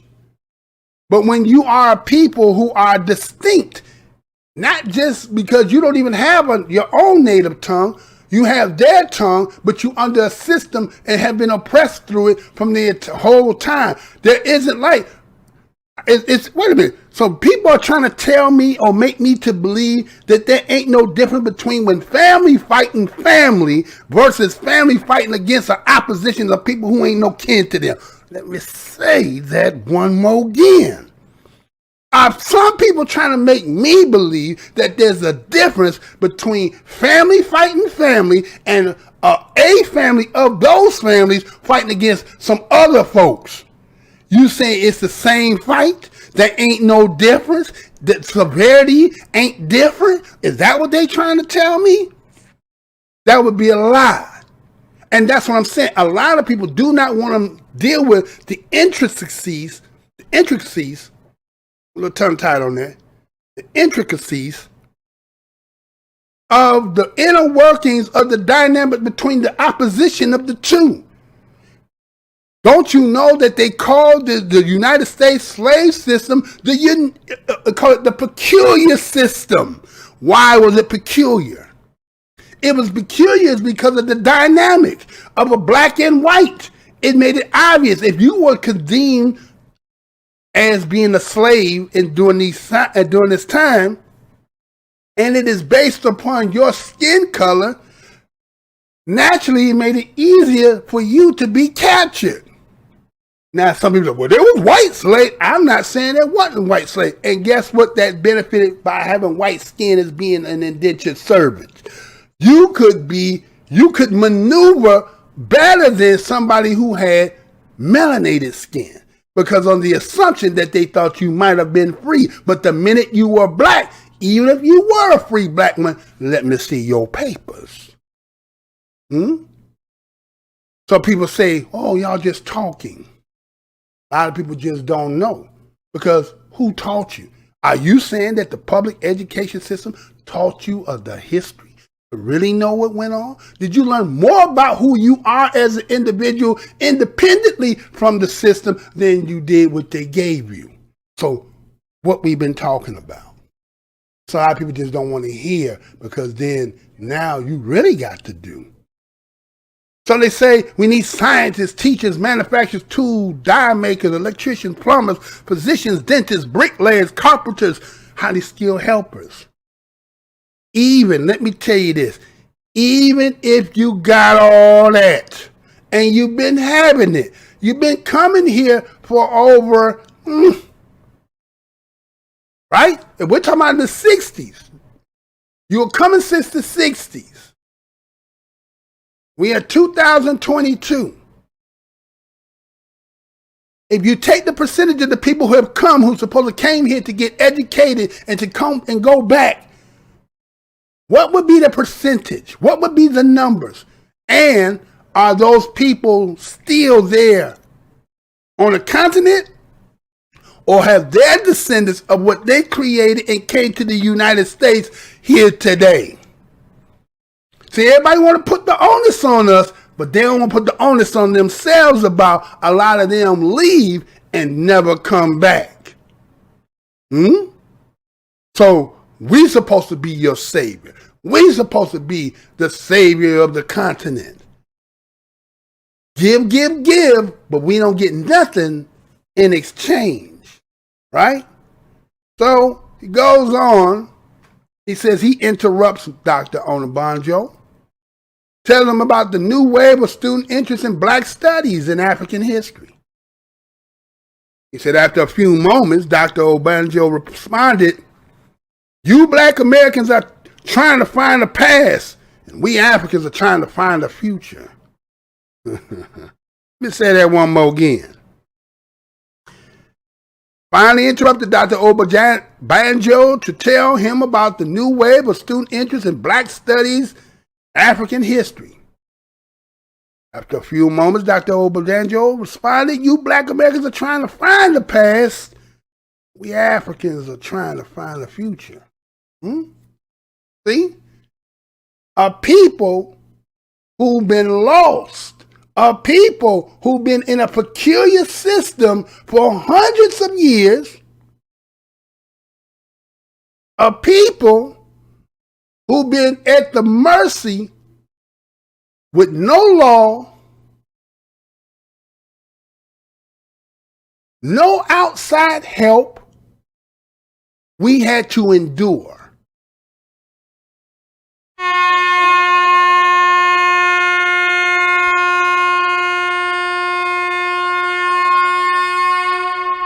Hey, you sitting here watching the video.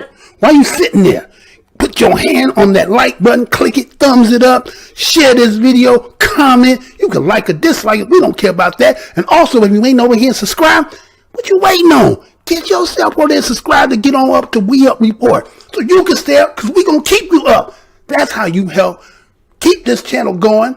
You can also do some monetary donations. We'll tell you about that later. But right now, wake yourself up, like, share, and comment. And don't forget, when you subscribe on that button, hit that put all notifications. You know how YouTube get down.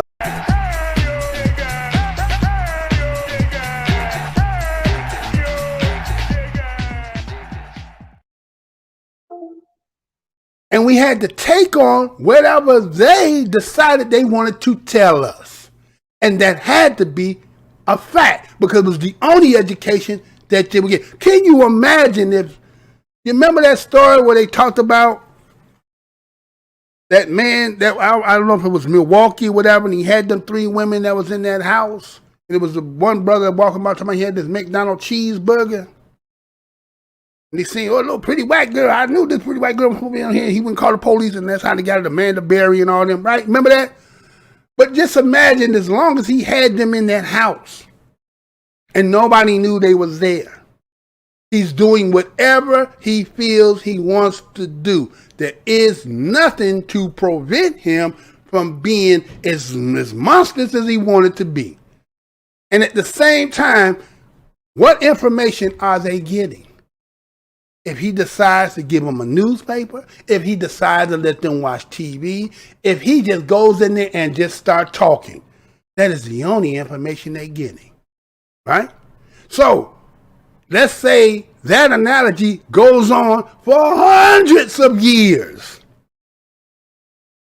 What do they know about themselves? They don't even know where they come from. They don't have a tongue, a language, nothing. All they know is whatever you've been told. You know, most people cannot even understand that. A lot of people who try to observe and try to articulate from their window shopping perspective, from the outside looking in, think they can actually tell us what it is. You have no idea what it is to be us. So when you say that we have an interest in about the studies of who we are and the history of Africa, we're trying to find the past. Well, y'all trying to find, well, because of our past has something to do with y'all in particular. But you know, that's kind of taboo to say. You say, oh, you're making us. No, the truth of the matter is that we really, so when we start going into this history and we look at what really supposedly, according to what's been written, and y'all agreed upon that took place, whether we agree today or not, but that's what y'all agreed upon so they can write that shit. But based on y'all agreements to what supposedly took place, you become guilty. You be a part of the atrocities. You part of putting your children into the orphanage. You're part of abandoning your children and never searching and seeking for them. Oh no, we don't want to talk about none of that. That's already been done. You're still talking about the past. See, your future is because you never had to deal with the past that we had to endure. Our past and our future have to collide in order for us to become who we need to be. And if that means have to, air y'all ass out, I think that's just only appropriate. We ain't gonna skip it. We can't just talk about one and not talk about the other one.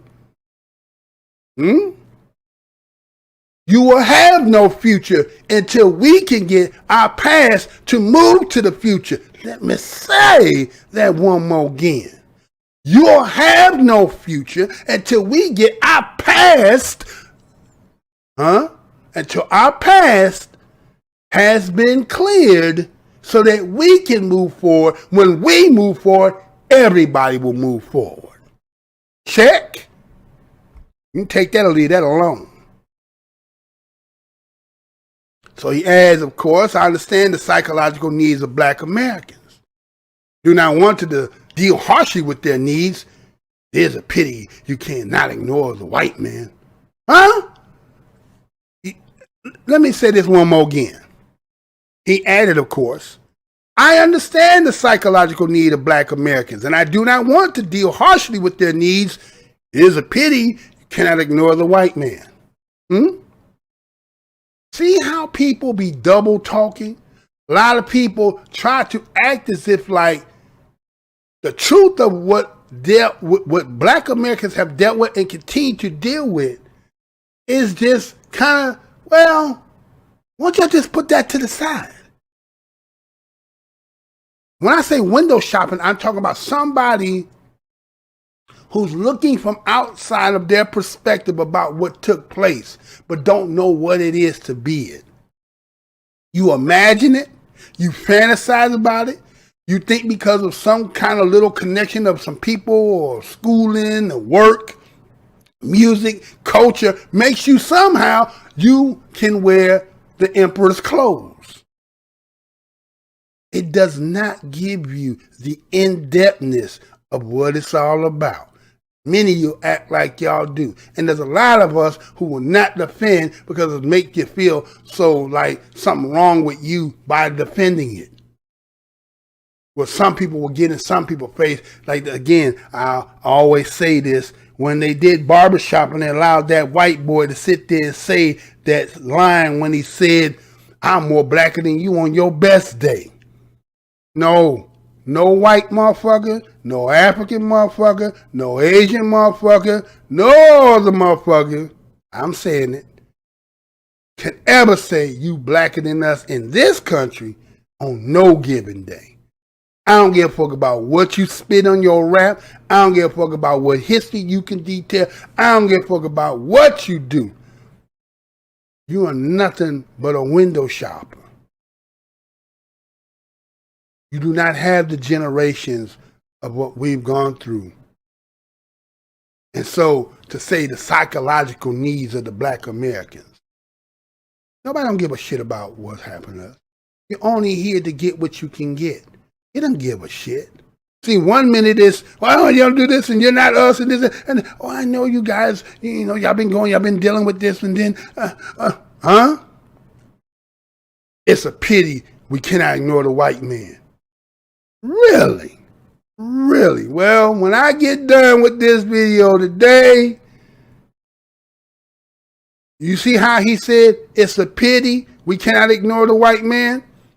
You ignored the white man, but the white man still rules Africa. Say that one more again. You talk about the psychological needs of Black Americans?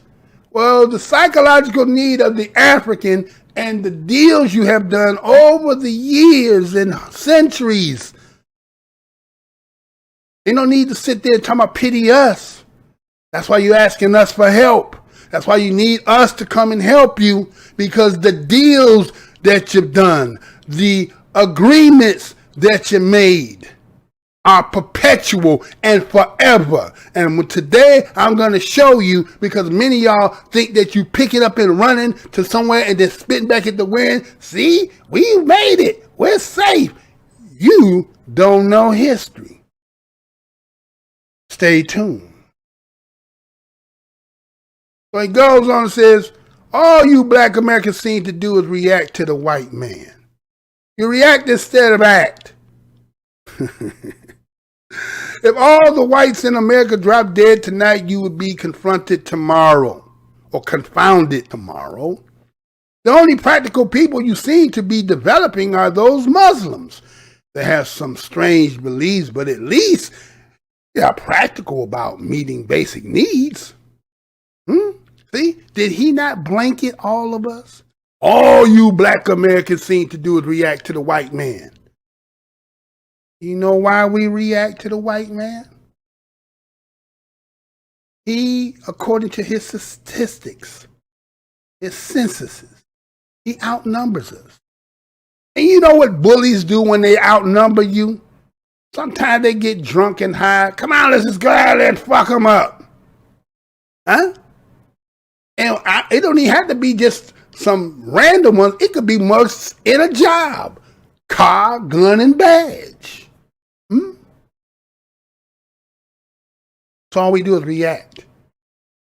So if we do is react, that means in order to get a react, so every act is a reaction, right? Ain't that what said? Every act is a reaction. So if we're reacting, that means somebody must have acted and did something to us to react to the action that you did to us. Otherwise, we would just be crazy, just going after somebody for no damn reason. So all we seem to do, from your perspective, how you view it, because you don't really understand. But the way we see it, but you're wrong. You're wrong. If we did not act, how did we meet you? Let me say that again. If we did not act, then how do we meet any of you from anywhere? Because you didn't fight.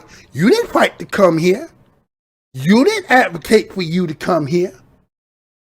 If it was up to them, there'd have been none of y'all here. Huh? So quick do we forget how we got here. Then I want to say, well, if all whites, Americans drop dead tonight, you'd be confounded tomorrow.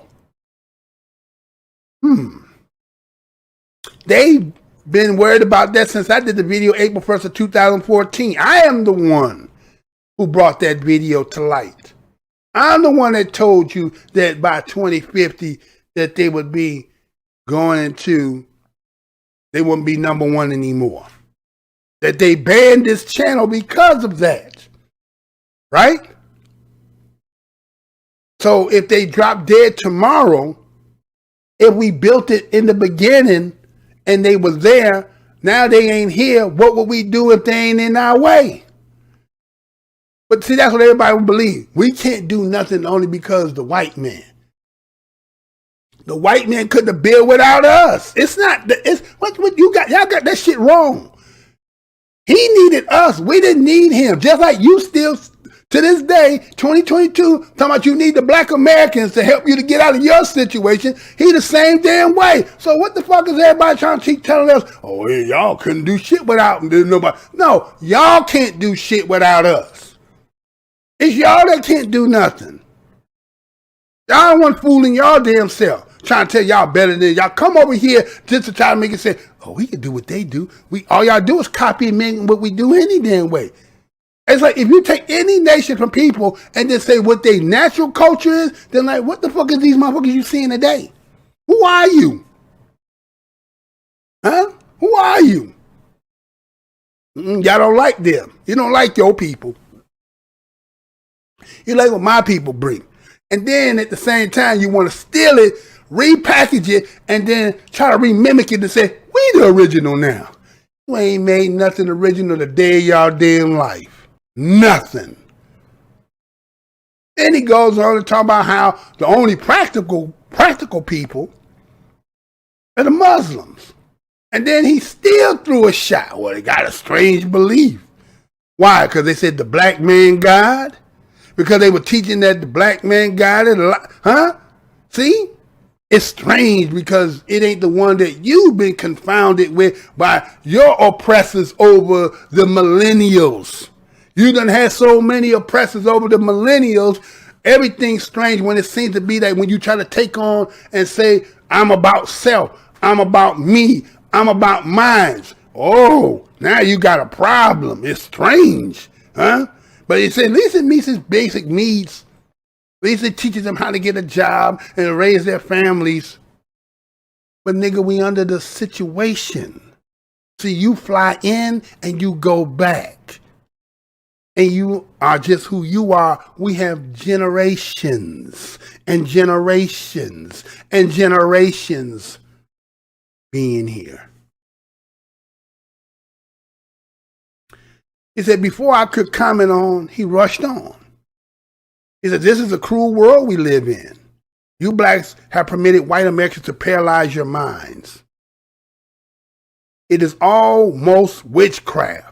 Instead of crowding the public libraries to learn from all those millions of free books, you young people are drowning their sorrows in pot, sex, Hooliganism.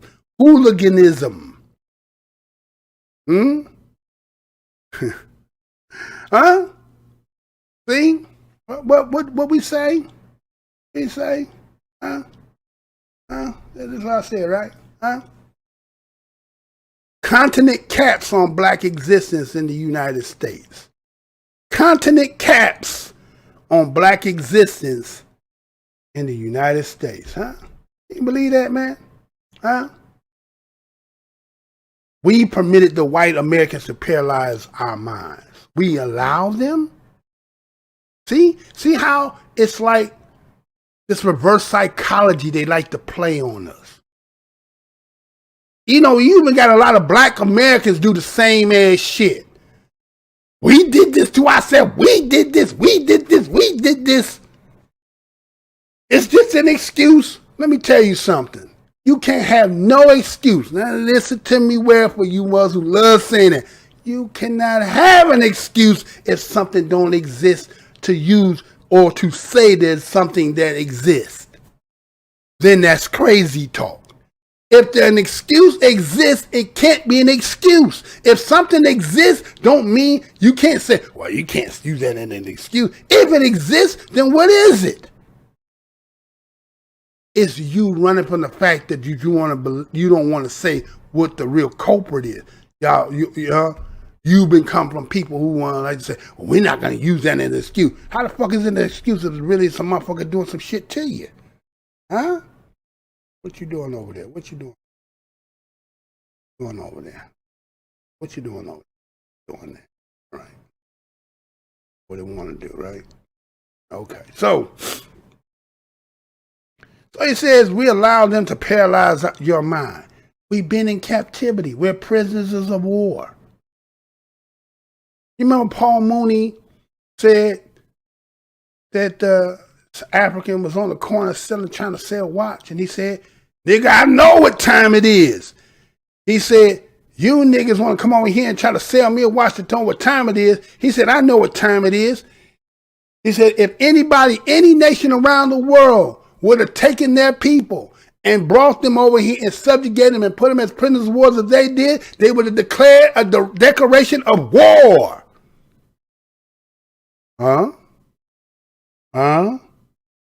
So he says, we allowed them to permit and paralyze our minds. Where was the continent at? It's almost like witchcraft. Yeah. Imagine somebody adopting a child. The child is a baby. The parent is whatever age you want that they're grown. But they're devious, diabolical, devilish. They doing some of the things that can't even be spoken, what they're doing to this child.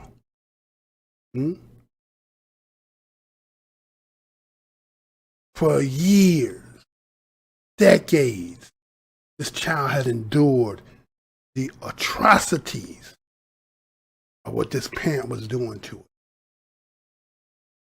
Then this boy has a friend and start going over to the friend's house. Mother's observing the child and seeing some of the quirks, right, and behaviors that the young boy is. Oh my God, what's wrong with the boy? Is he crazy or something? Now, from her observing, she see some of the things that are spilling out. She don't know the inner workings. She's making an assumption based on her observation. Then one day, boy came over and she talked with the boy. Boy told his history about what took place. When he got done with it, what you think the mama felt then? Oh my God, I didn't know. That ain't what y'all do. That ain't what they do. Get over it. What, that ain't a fucking Akon? Didn't he say something? Once again, y'all still dwell on the past. Get over it. A nigga who didn't grow up on the continent, a nigga who uses Africanness to go back and now take advantage of it. So what motherfucking really hardship have you gone through? Your people who stayed there been through, but you didn't go through nothing. See, it's always the motherfucker who ain't went through no shit. And we ain't talking about just your individual life. We're talking about when it's generationals of trauma. Had a nerve to just get up, flip the switch and turn the light on and be over with. Now people, something wrong with y'all, man. There's a lot of y'all, there's something wrong with you. You really think you standing up when a lot of you are laying down. So he goes on, talks about why don't we pile up in the public libraries for the millions of free books. See, he the type that when he was seeing the paper, there's a lot of people who see buy one, get one free, right? Buy one, get one free, right? But if you've been in this country long enough and you understand the game, is it ever free? Remember it used to be back in the day? Hot dog, free fries. Ham, cheeseburger, free fries. They get you with the free, right? Is it ever free? Huh? They say, call in and get this free package, but you got to pay for shipping, right? Oh, you paying for it. It's just the word free. And so you say, millions of free books. Books help to get a knowledge about something, but it does not change because of the dynamic and structure of an institution that has been perpetuated for a particular group of people for its needs, its wants, its objective. You can be a spring cog and spring in it, but when you're talking about running it so that it is beneficial for you and yours, that's a whole different topic, isn't it? So once again, window shopping, looking from the outside. Oh, look at the free books. You can be going over there and still your people out there smoking pot, having sex, and hooliganism. A lot of that is just coping mechanisms. Coping mechanisms. Tongue-tied this morning, y'all. Coping mechanisms. Pot, sex, hooliganism. How else you gonna deal with all this shit? Y'all got it down pat. Y'all know what it is. It said in areas where you do have good education opportunity, instead of mastering the arts and science, you are trying to impress whites with your blackness or with your clothes or with your hairdos. Huh? That's somebody who hating. It's kind of funny how, again, when we look at this thing globally and look at everybody talking about clothes, made distinct clothes that identify with your culture. Who else did that? Huh? Who else did that? Name somebody else before we was doing it. Who was doing it? Now on the continent, you supposed to, but we talking about outside of that, right? Who else was doing it? Hairdos. Oh, because what we were wearing our hair out? Because we braided our hair? Huh? Oh, y'all couldn't braid your hair. You couldn't blow your hair out. You couldn't curl your hair, right? So we were trying to impress the white man by doing that. Maybe that's just the naturalness of our hair and we need to do some styles with it. And we took advantage and we did that. Our clothes, because we have a taste of fashion, right? All these are, bad things, right? We're trying to impress white people. Or we just living. And then he says, in cold reality, you are obsessed with the psychic retaliation against the white man. Obsessed with the psychic retaliation against the white man. So in our mind, we only retaliate in our mind against the white man. Obviously, you on the outside looking, you wouldn't know. That's your observation. That's what you think. And that's what a lot of them still to this day. He's saying this in 69 and 2020. I'm pretty sure they've got the same mentality today. Huh? It said the white students snub you. You spend your time trying to figure out how to snub them back. You are playing the white man's game all the time. You are obsessed with getting even with Whitey, as you call him. Hmm? Now, obviously, y'all don't have a problem with him. He snub us, we snub him back. I think we taught that. You hit me, I hit you back. You talk shit, we talk shit back. Huh? You know, they used to make us, you know, cut your line down, look down, turn your head, get off the sidewalk. When you done went through so much, after a while, you just say, fuck it, I'm a man, I'm gonna stand my ground, stand my square, right? Get to that point.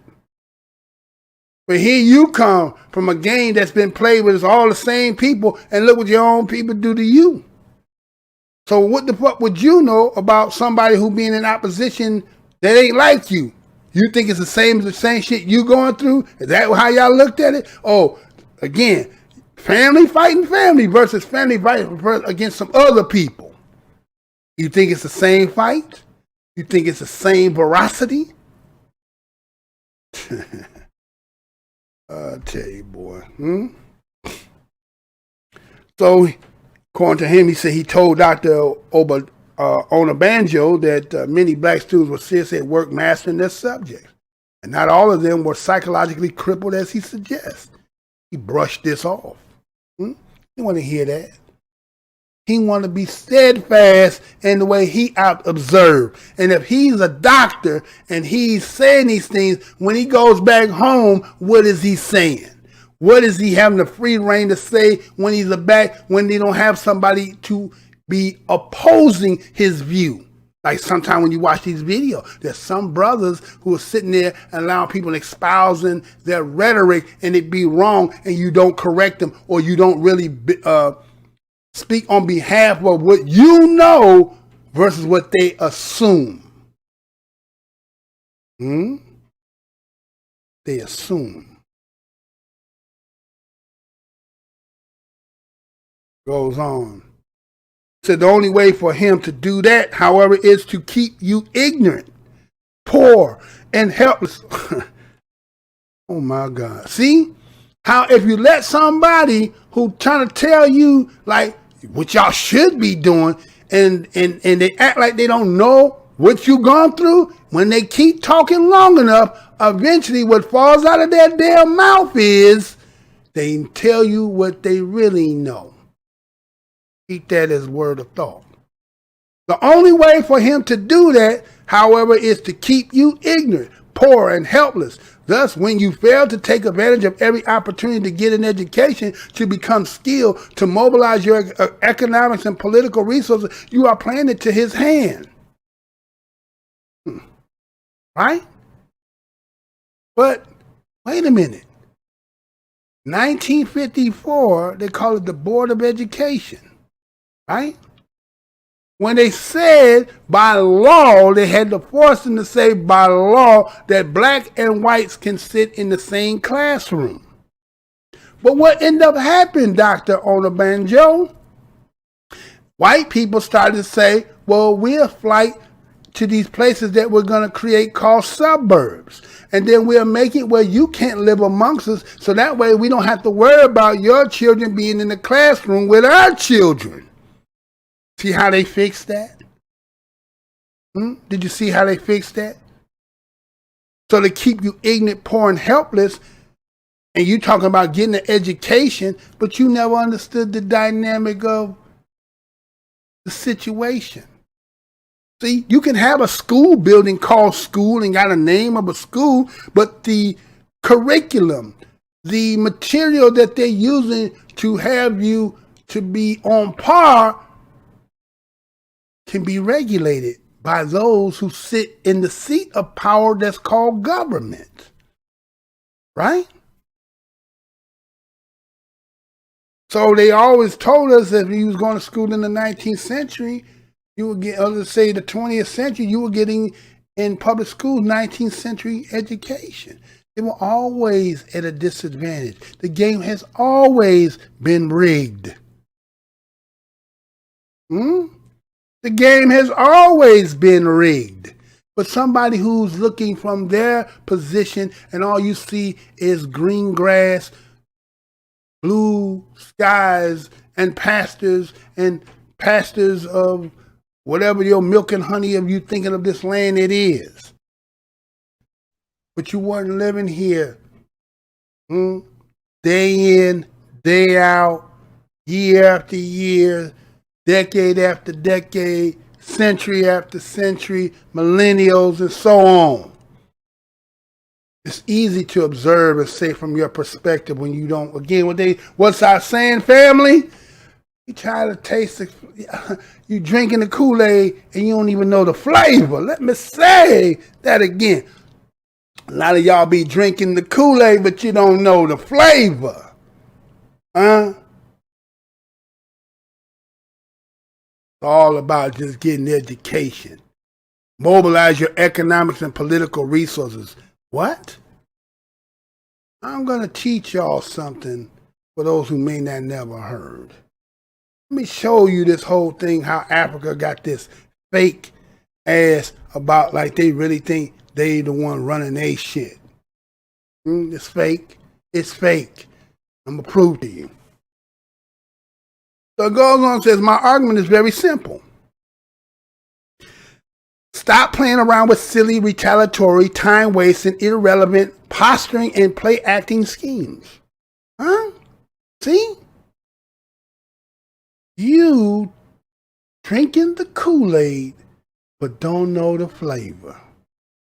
Stop playing around with silly, retaliatory. So, if he is in 1969 saying this to us, how long has the continent been in existence? Right? Versus the United States.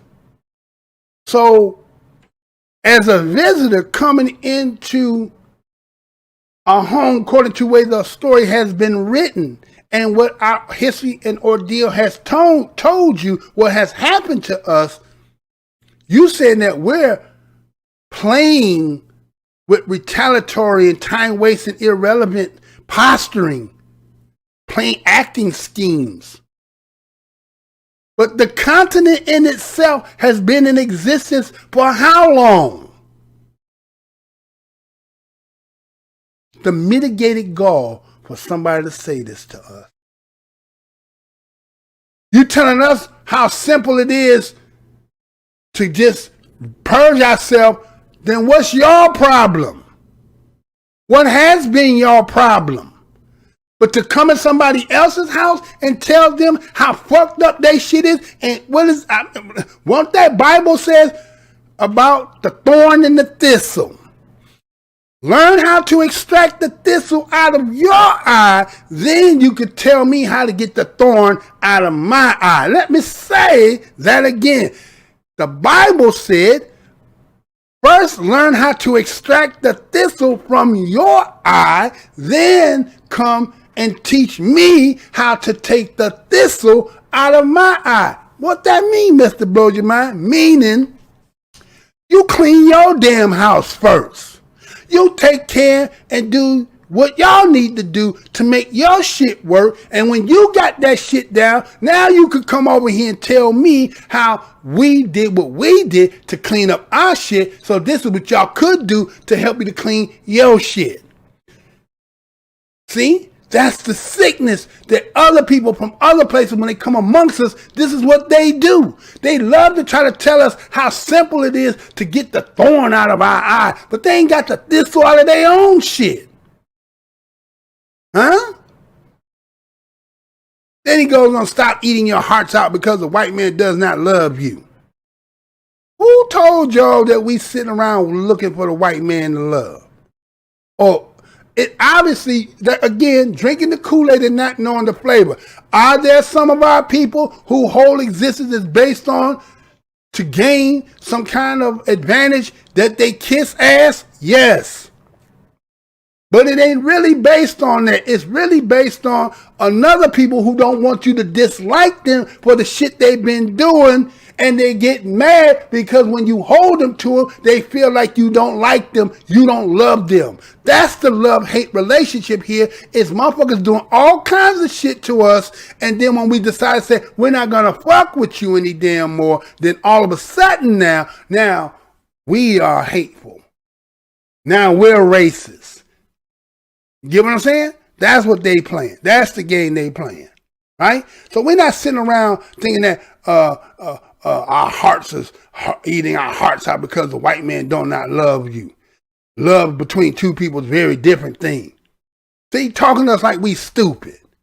As a matter of fact, well, if that be the case, then what was wrong with the continent? That's 69. Then we're going to go to 2019. What's been the problem? Who y'all in search of loving? Who the fuck is the continent looking in search of loving for? Because it can't be self if all you see the majority of yourself and can't get right. Can't get right. Can't get right. Then he goes on and says, as a matter of fact, that the native Nigerians, you know, there is no love lost between some of our own tribes, and we are all black. No shit, Sherlock. No shit, Sherlock. See how he trying to make the comparison? We as Nigerians, we fight against each other, but we have no love lost, and we are all black. Yes, motherfucker, yes. You're all black. Our dynamic has been black and white. Is there a difference? Again, I'm going to say it again. If all family fighting each other, is there a difference between all family fighting and black and white people fighting? Is there a difference? Is there severity? Can you go all out? Can you make in the mind's eye of the people to believe that these other people are goddamn animals and we're going to believe it and we're going to actually manifest our feelings like they animals to us? You see? You need someone like me who's around to say what a TI is. Because y'all done forgot. You done all forgot about it. So Dr. Anabanjo has learned some American profanity, and I felt I had to delete some of his words because this is a family newspaper. Anyway, he continued, the reason I am so anxious for you black Americans to become skilled, intelligent, and wealthy is a very selfish reason. Huh? Did you hear what he said? Got the cussing, using some of his new profanity words he learned that came from the United States being around black folks. Huh? So the man saying, I can't write that kind of stuff in my paper. Right? So then he wanted to reveal a little truth. And this is the same truth that I'm talking right now, 2022, that he was in 1969, and then we still see the same game being played all around this motherfucker, but everybody try to act like this ain't really the agenda that many of them is on. He said, the reason I'm so anxious for you black Americans to become skilled, huh? Everybody seeing black people trying to rise, trying to be self-sufficient, trying to be, huh? So everybody is anxious. Yes, black people, yes. He said, to become skilled, intelligent, and wealthy. He said, for a very selfish reason. All their motives is selfish. Come back to Africa to be citizens is making money. They ain't giving a shit about whether you're African. That's just another mouth in Africa. But if you're coming back with shit, well, we can tax that ass. We can make some money off y'all. Okay? So what's his selfish reasons?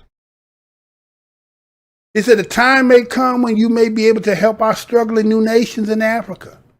Huh? All about taking, not about how you going to benefit, but it's all about you giving to them. See, everybody wants to use you. They want what you got because they don't got what you got. They can't build world powers.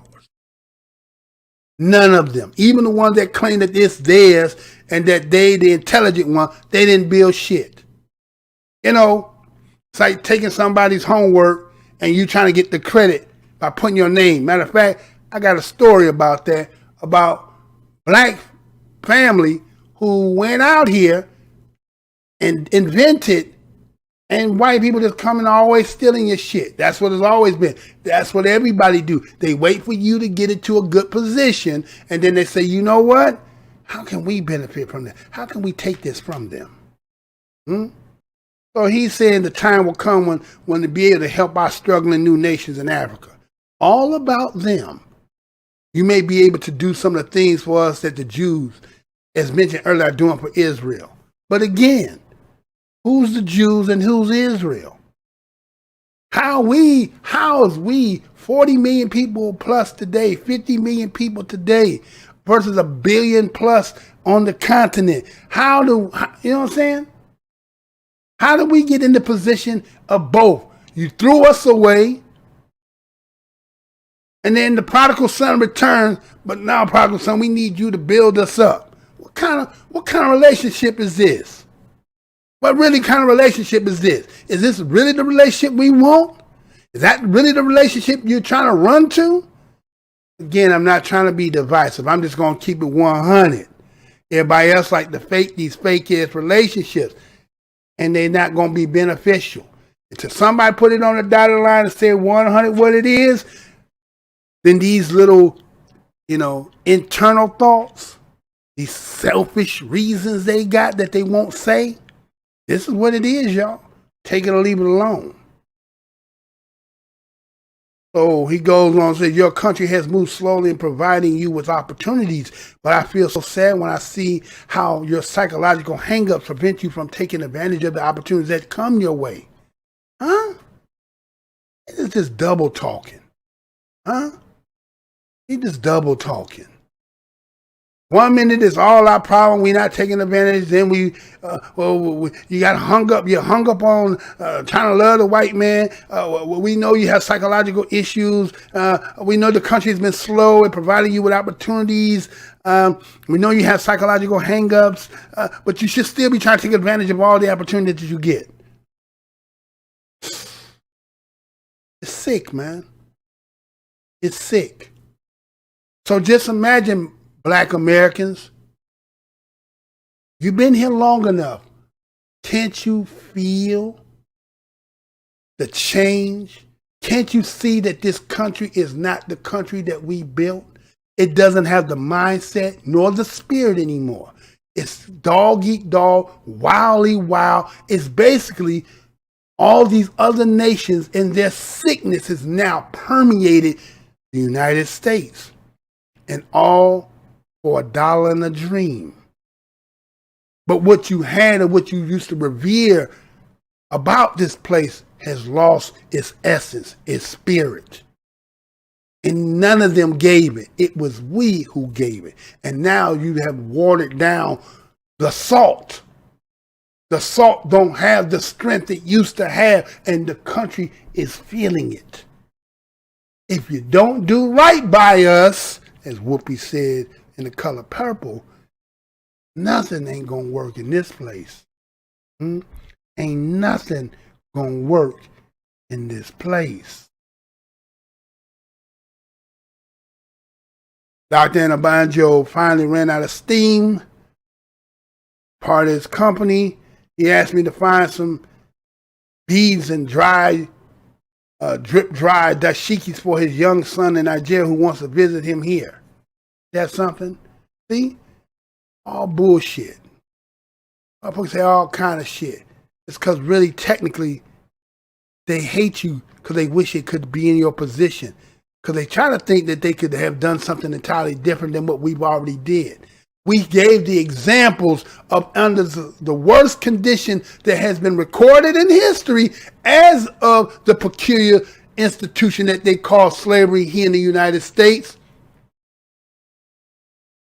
And we make you all envious as if you really wanted to be a part of it. As Paul Mooney said, everybody want to be a nigger, but nobody want to be a nigger.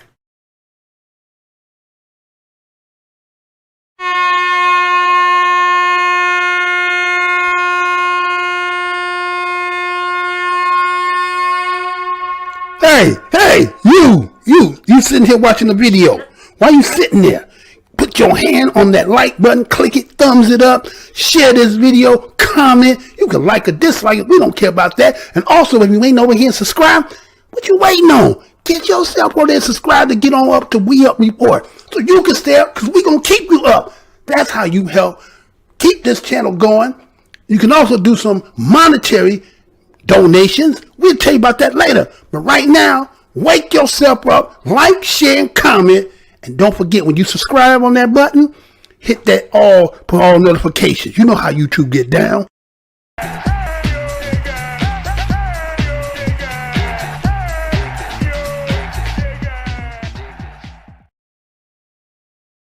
All right, so as at that point now, I want to clear this up as I get ready to end the show. And I want to thank all of y'all who are still here in the house.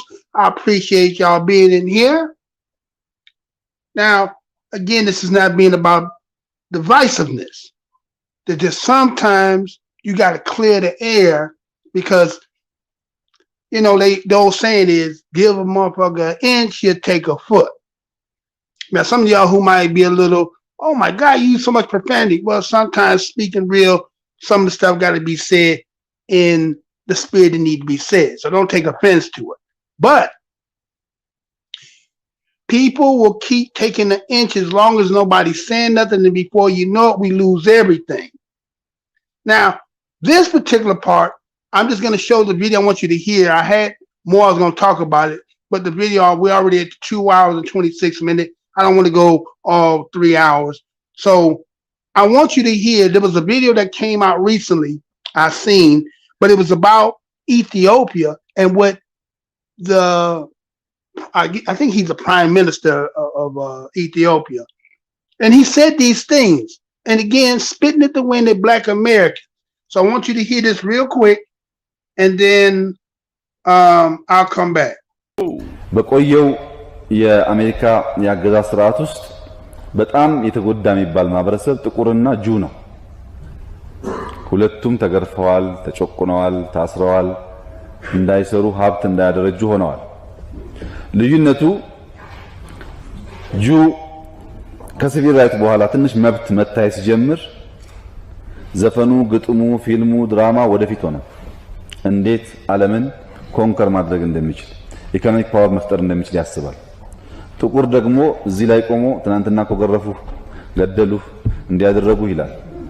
አሁን ያለው ትውልድ ትናንትና ውስጥ እንዲኖር አደረገው። እነዚህ ደግሞ አሁን ነው ነገ ውስጥ እንዲያስብ አደረጉት። 50 ዓመት አልሞላም ጁ ሀብታም ሆነ፣ ጁ ፓወርፉል ሆነ፣ ጥቁር ነፃ ደሃ ሆነ። ነፃነቱን አግኝቷል፣ መዝፈን ይችላል፣ ግን ደህንነቱን መቀየር አልቻለም።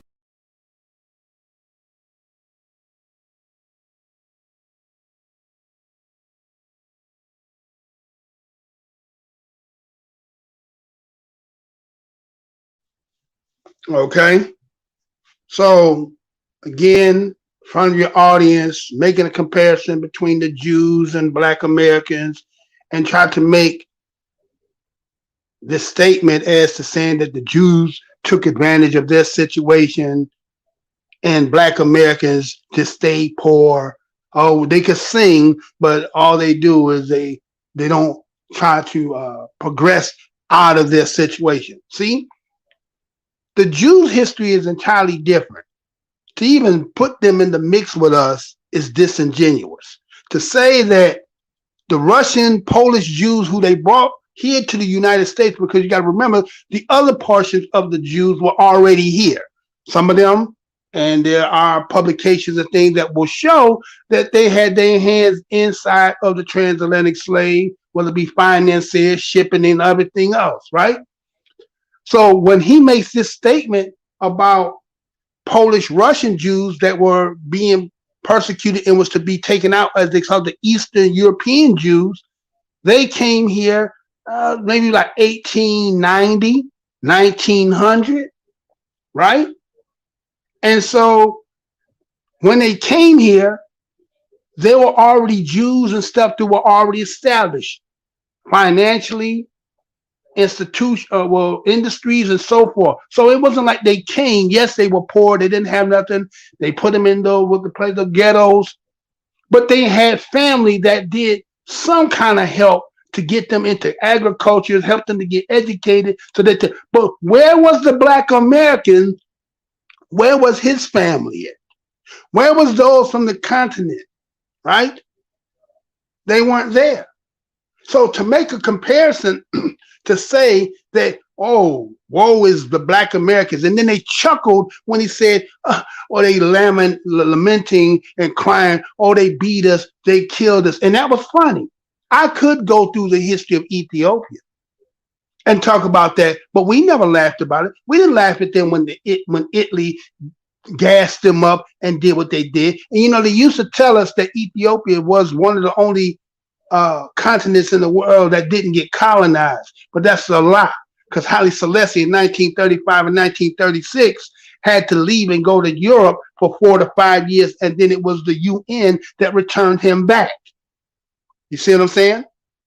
So people love trying to put this, you know, what we say capping. You like capping on Black Americans and chuckling and saying, hey, y'all, look at the Jews, and they became, matter of fact, I think that would be anti-Jewish to say that the Jews are world conquerors. They would say that was anti-Semitism, right? They don't want that, even though it may have some truth to it, but you can't really say that. But it's okay to say Black Americans, you just whining and crying. You didn't really want nothing. Again, tasting the Kool-Aid, but don't know the flavor. And everybody loves to do that, to the fact that we don't even say nothing about these folks, right? We don't get a chance to say, so we just leave it as it be. Now, let me show you something that no one is going to actually tell you about Africa. Not that I'm saying it. It is what the institution said. You may never have heard this, but you're at the right place to hear this. Because remember, everybody puts the onus on us like we haven't done anything.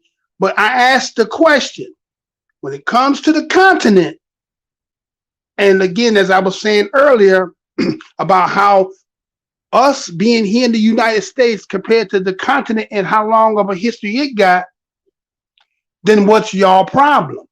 Have y'all figured out what your problem is?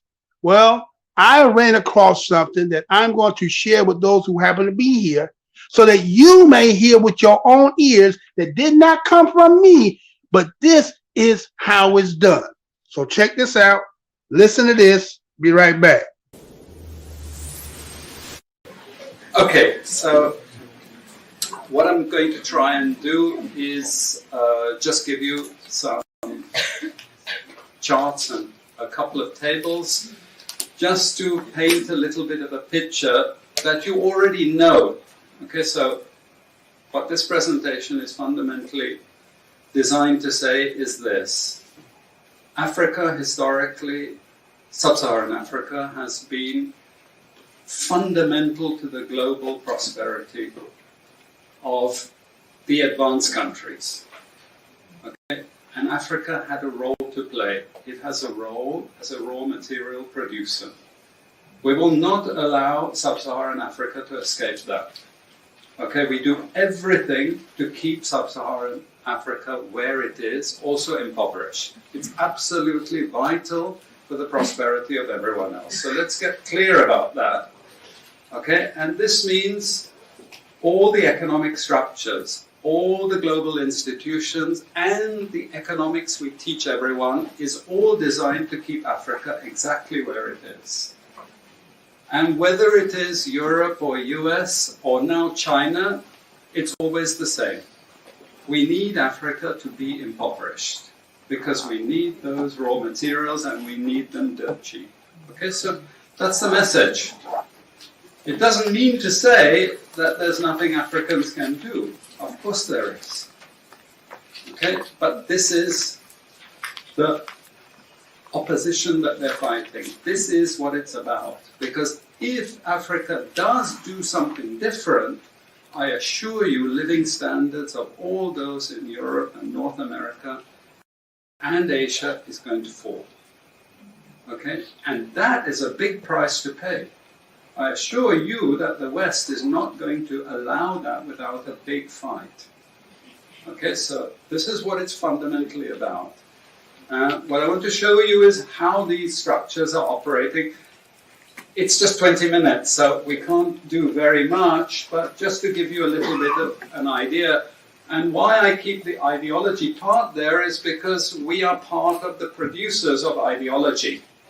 At universities and academic institutions, we are complicit in this whole enterprise. Okay, so the job of many Western academics is to convince Africans they have to keep doing what they're doing. Okay, and to show them it's your fault that you're poor. It's not our fault. It's your fault that you're poor. You know, so this is what we do in academic institutions, and I want to show that as well.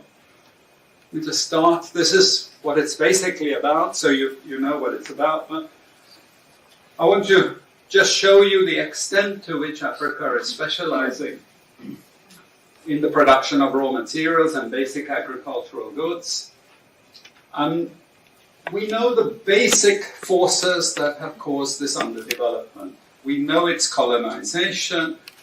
I will not discuss that very much because my colleague speaker is going to go into some aspects of this.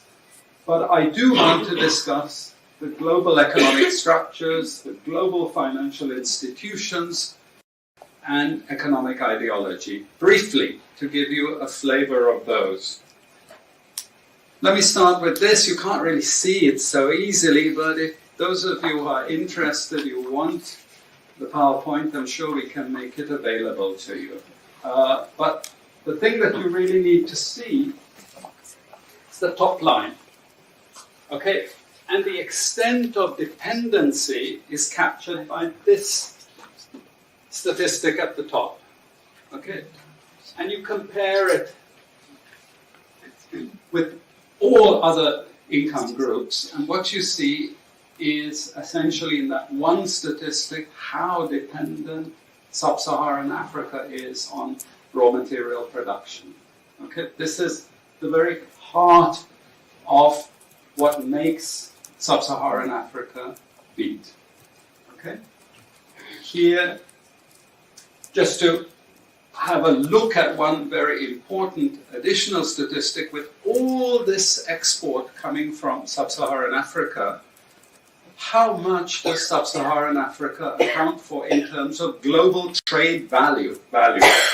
We know there are vast resources coming from there, but look at the bottom line in terms of global trade value. Look at that. 0.9%, 1975, 0.95%, going down to 0.1. To 0.1. Meaning that with all these vast resources being produced, how much are they getting for it? Nothing. Nothing. This is a very significant piece of data. Then I just want to show you what has happened to sub-Saharan Africa, because what we know, and from all studies, no country ever develops without manufacturing. Okay, producing raw materials will not take you anywhere. Producing basic agricultural goods will not take you anywhere. And let's have a look at how much manufacturing activity takes place in sub-Saharan Africa. We can look over the last 15 odd years, 15, 20 years.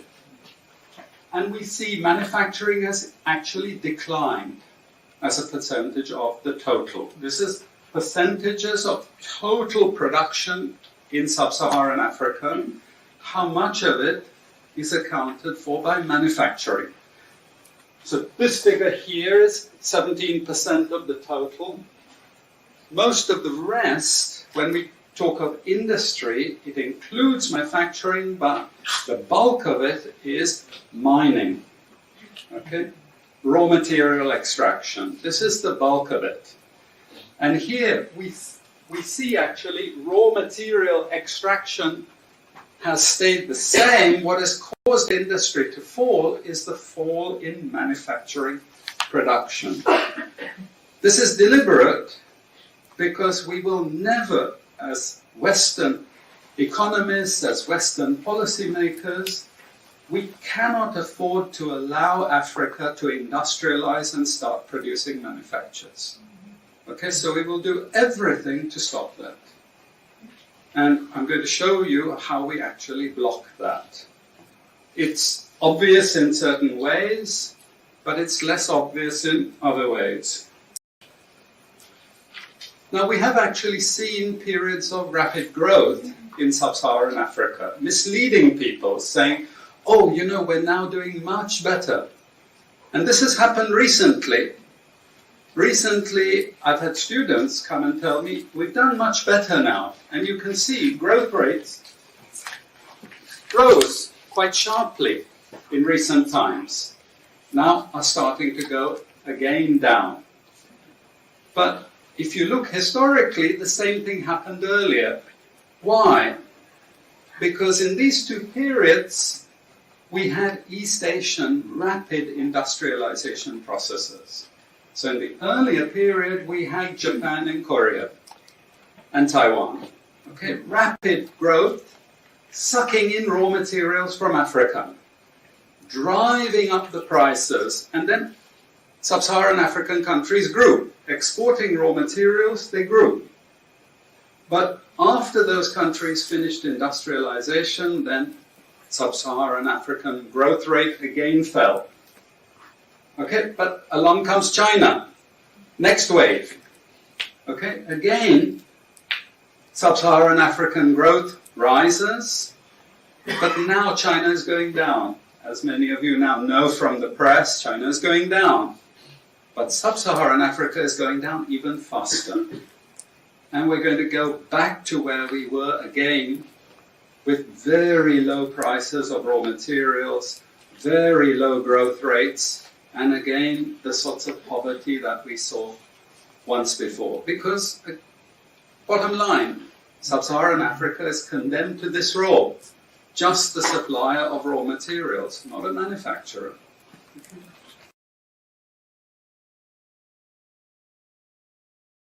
All right. So you heard that professor. So anybody from this point, if you still here and you heard this, you know that there has been a global scheme. And so if they've been going to get educated and going to school, and if that professor sat there and if you think there wasn't an African in the classroom, then if they know this, then why do y'all spit at the wind and try to talk about the Black Americans and what they should bring their skills and know-how when the name of the game is to keep you from being a distributor, a facilitator, and manufacturer? So if they can do it to the mother country, then what's the policy globally about all of us being Black? So it must be a global policy, right? All right. Well, as I end out this show, let me show you what I seen at the end of this year, around December. And this will be almost to the, this will be concluding the end of this video. So check this out. Let me show you what I seen in the news article on the 21st of December. Check, listen to this. All right, I had seen this report. It's called the Global GDP 2001 report. It's talking about the gross domestic product, that's the GDP, and how it serves as a barometer for a country's economic health. It measures the total market value of final goods and services produced in a country during a given year. Together, the United States and China account for 42% of global GDP. The GDP by country according to the IMF estimates, okay? And let me show you this here, right? Visualizing the 94 trillion world economy in one chart. Let me say that one more again. Visualizing the 94 trillion world economy in one chart. Now, this had came out in December 22nd of 2021, right at the end of the 2021 year. Some of you seen it, some of you didn't see it. But based on the video I just showed you, as you heard that professor of this school that was talking about how Africa must be kept undeveloped, right? And the agendas laid, the institutions of politics and so on. But here is the actual factual facts to what that video had talked about. Here was a report that just recently came out less than a month ago. So let me show you the map, what it showed. Now remember, they're talking about $94 trillion world economy. So let's look at this. As you see on your screen there, you see blue, red, and green, right? And these are representing nations, and they're talking about the total of their GDP and how much is it valued at. So you see the United States has $22.94 trillion according to the map that you see on your screen. You see China with $16.86 trillion, and you see Germany in the green with $4.23 trillion, and there are other nations inside of this green, and in the middle of this is Africa, which it might be hard for you to see, but that little diamond shape in the middle is representing Africa when you're talking about $94 trillion, right? When you're talking about world GDP, right? Now remember what he had said in the video, what he talked about. Now remember, we're talking about no code, disloyal allyship, and really just people capping on Black Americans when they get the opportunity. But the question becomes, if we, as some will state and profess that we are, as a global family, one people all from the continent, then I don't think it is appropriate by any other continentian family members to try to denigrate another group based on their history when other people may have had their hands in part of that history. Then to look in 2022 and ask the question, then if you're spitting at the wind at us, then what has been your true problem of why you, if you, as in Ethiopia, talk about the relationship, or when Dr. Anabanjo says the relationship between the American Jews and Israel, then where's the relationship with those of the continent that should have been with those of Black Americans? So let's look at some of the stuff that they talked about in this article, just for, FYI. So it talks about how there's just 4 countries. They talk about the United States, China, Japan, and Germany make up over half of the world's economic output by gross domestic product. In nominal terms, they say, in fact, the GDP of the U.S. alone is greater than a combined GDP of 170 countries. Do I need to say that one more again? They say, right? Now remember, right? You remember they showed you the map, right? And in that map, it showed you United States, China, Germany, and there's other nations inside the green area. And I showed you, matter of fact, we should show that again. Show that diamond shape inside of there of that map. Go back to there again, right? You see in the green, there's Italy, there's France, there's Spain, there's the United Kingdom, there's Saudi Arabia, there's Israel, there's Iran, right? There are a total, according to my research, says there's 195 countries in the entire world. 195 countries.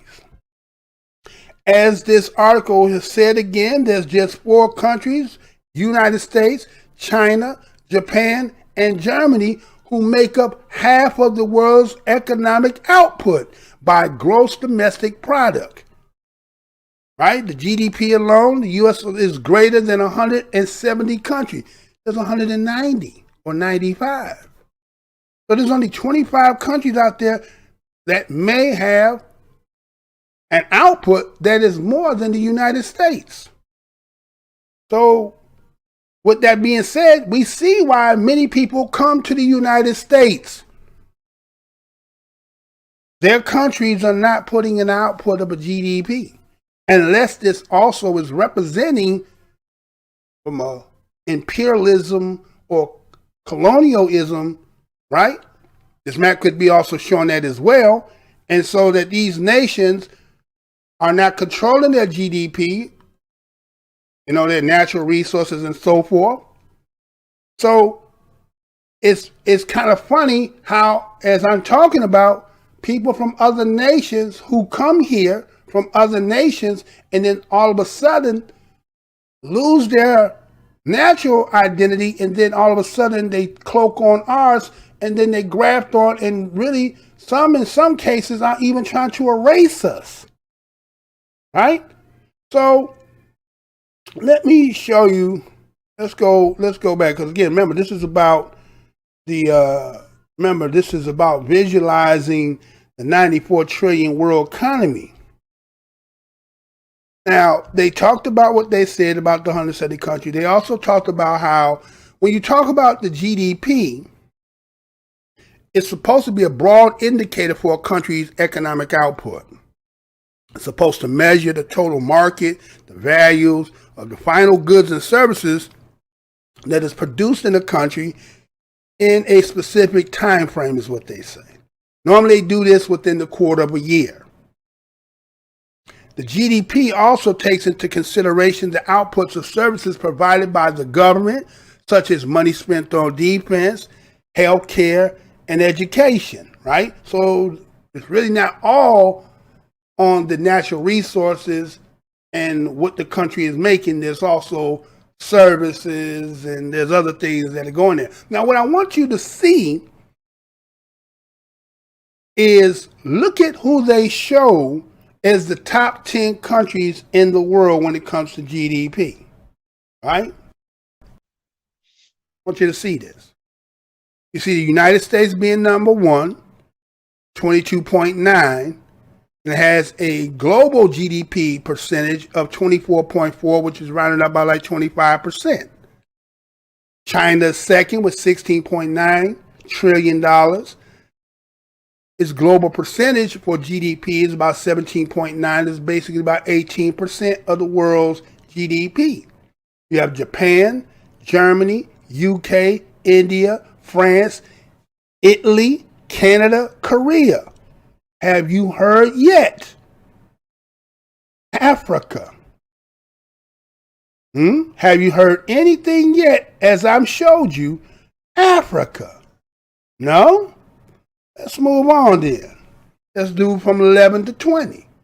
Russia. Brazil. Brazil. Australia, Spain, Mexico, Indonesia, Iran, Netherlands, Saudi Arabia, Switzerland. I still have not spoken an African country yet.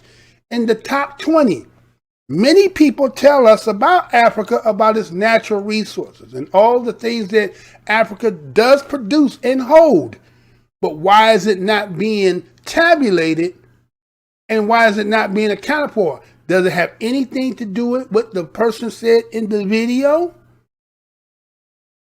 That other nations, according to what you saw, again, when we go back and look at that map, and the map is showing you United States, China, and Germany. And that would be the encompassing of the whole globe. And there's other nations inside of those, but these are the main ones. Africa does not control its own GDP. as you heard in the video where the individual who is a professor who was teaching and what he said. Oh, Mr. Blow Your Mind, that can't be true, man. That can't be true. Well, this is what they put. And I just bringing this for information, right? So we'll go from 21 to 30.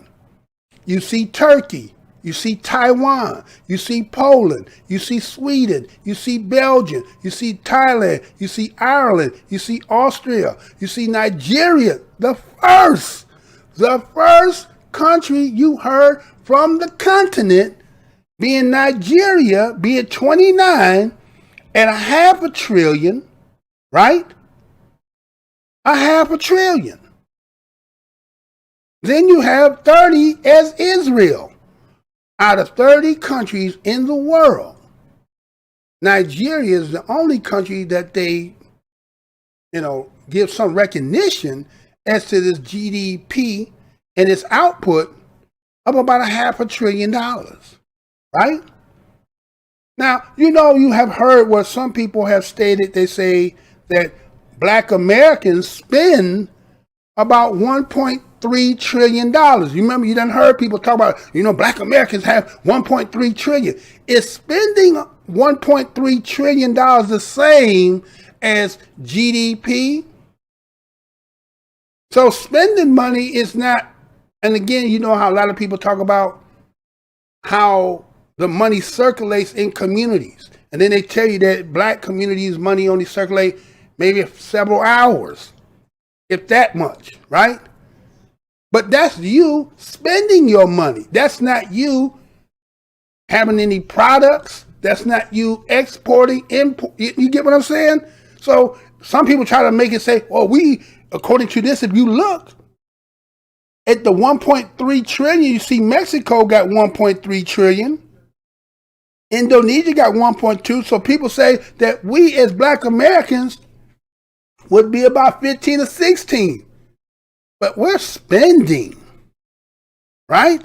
We're spending $1.3 trillion. So what that being said is, when the individual in the video talked about Africa and what the Western system must do to keep Africa to play the game, then if Africa being the motherland, that all of us, when we say we're continentians, and if it's subjugated and it cannot be a distributor, a facilitator, then what about everywhere else? Does that same policy applies everywhere? And if it applies everywhere, then we can understand why we in the position we've been in. You have money, but you can't be a distributor. You can't be a manufacturer. You get what I'm saying? Think about what he said, right? I'm not making this up. You see it right before your eyes. So here's a little bit more on this chart, 21 to 30, which we already did, right? Then let's go to the next one, 31 to 40. You got Argentina. You got Norway. You got now South Africa. But is South Africa considered to be, let's say, the melanin portion of Africa? Or is South Africa considered to be a Dutch, German, Portuguese? You get what I'm saying? And they're 33. UAE, Middle Eastern, right? The Arab Emirate nations. You got the Denmark. You got Egypt. But some people will say Egypt is not in Africa. We know that it's on the continent. Right? You got the Philippines, Singapore, Malaysia, Hong Kong, SAR, right? Okay? Then they talk about Vietnam, Bangladesh, Chile, Colombia, Finland, Romania, the Czech Republic, Portugal, Pakistan, New Zealand. Okay? These are the top 50 nations. And how many were African? 2. Nigeria and South Africa. So, a lot of our people are picking up and they're going and they're residing over in Africa. But if you listen to what that that professor said about in that school. What he truly said. Now understand what he said, and then understand what you're getting yourself involved when you go to Africa. It's not saying that we're not supposed to be, but understand what he said. So what is the end game if you're trying to become unified and to control? Huh? What is the end game? I'm just asking a question. Right? So once again, see it again. So anybody who's talking and young people who might be hearing this and seeing this and then wondering why there has been this non-developing, this growth and development as into, structures and properties, and it's not even really property. It's manufacturing, distribution, facilitating your own. It's been monopolized.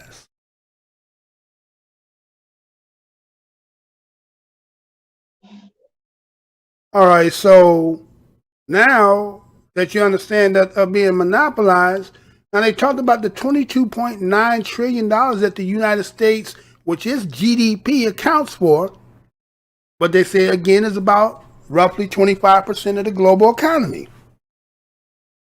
And they talked about how the share that has actually changed significantly is over the last 60 years. Now, here we are in the year 2022. Go back 60 years and we're in 1962, right? Matter of fact, the Sears is coming here in 1963, right? And a lot of people are slowly trickling into the United States around about this time. So what has been one of the probably biggest, catapulting when it comes to this GDP must be a lot to do with the immigration coming to this country. Because they talk about the main things. When you talk about GDP, when nobody will talk about Africa because we talk about all this natural mineral resources and all that other stuff, right? Gold, diamond, and all that other great stuff. But when they talk about the GDP here in the United States, they're talking about finance. They're talking about insurance. They're talking about real estate, which they say equivalent to about $4.7 trillion. And then they said, when you add some of the other industries, they are followed by professional and business services. Now these, right, business services, professional and business services, you're talking about finance, insurance, real estate. Are these really tangibles? Or these things that can be accumulated? Because when you're talking about finance, you're talking about purchasing something and then paying the APR, right? In insurance, you're paying for just in case. Real estate, it fluctuates, right?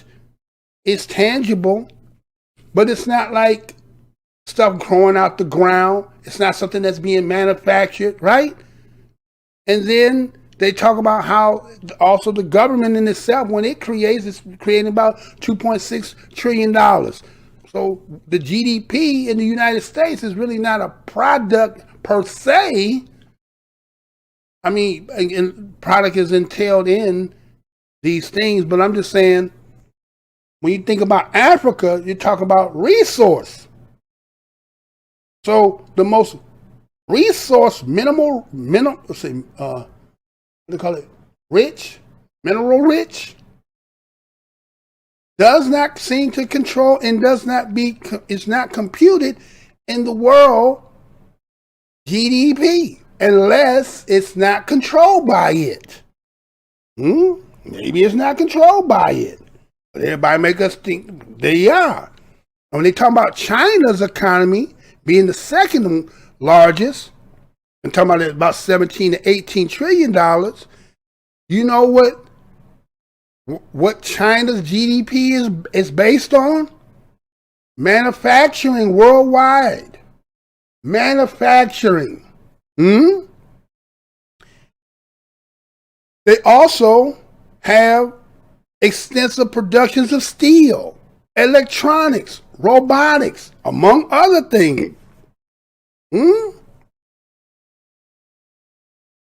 China GDP is based on manufacturing, production of steel, electronics, robotics, many other things. They have a wide portfolio. And when you talk about Germany, they talking about their exports is with motor vehicles. They just got cars. They're making cars. I guess everybody's buying BLAK, a German product made vehicle. So look what the United States make. Look at what Germany and look at China. So how is it that Africa is not number one? You know why? Because dude in the video told you why. And he told you. Maybe you hear, maybe you don't.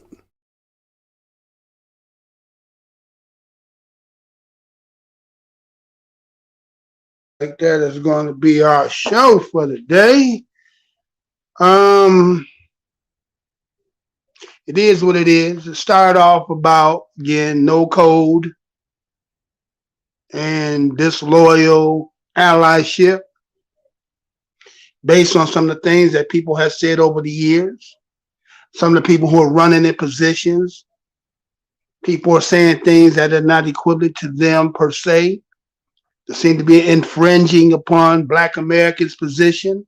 And we can see as we got to the end, those who stayed to the end got to see that according to the GDP and the way that map was structured, you can see why everybody's coming to the United States. Everywhere else is being colonized. You got, basically Asia, China doing what it's doing, Germany, Europeans.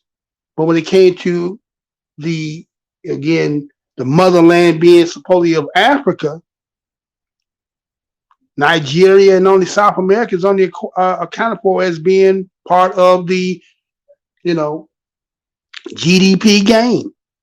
So who's colonizing everything else? So when everybody is picking up and packing and going, and what the professor said at the international school, said they policymakers and everything else, that answers every question that you ever thought about. What you could not understand tells you everything you need to know.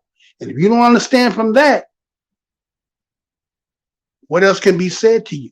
So then the question becomes, then what you need to do in order to establish yourself. So again, I'm your host, the whiteologist, Mr. BlowsurMind, and this has been another We Up Report. I want to thank each and every one of you for being here, come by, click like, share. If you are new over here, go ahead and subscribe. I'm trying to come on more frequent and not to have so long of dissertation, but I haven't been on for 16 days. So I decided to go ahead and make this a good one.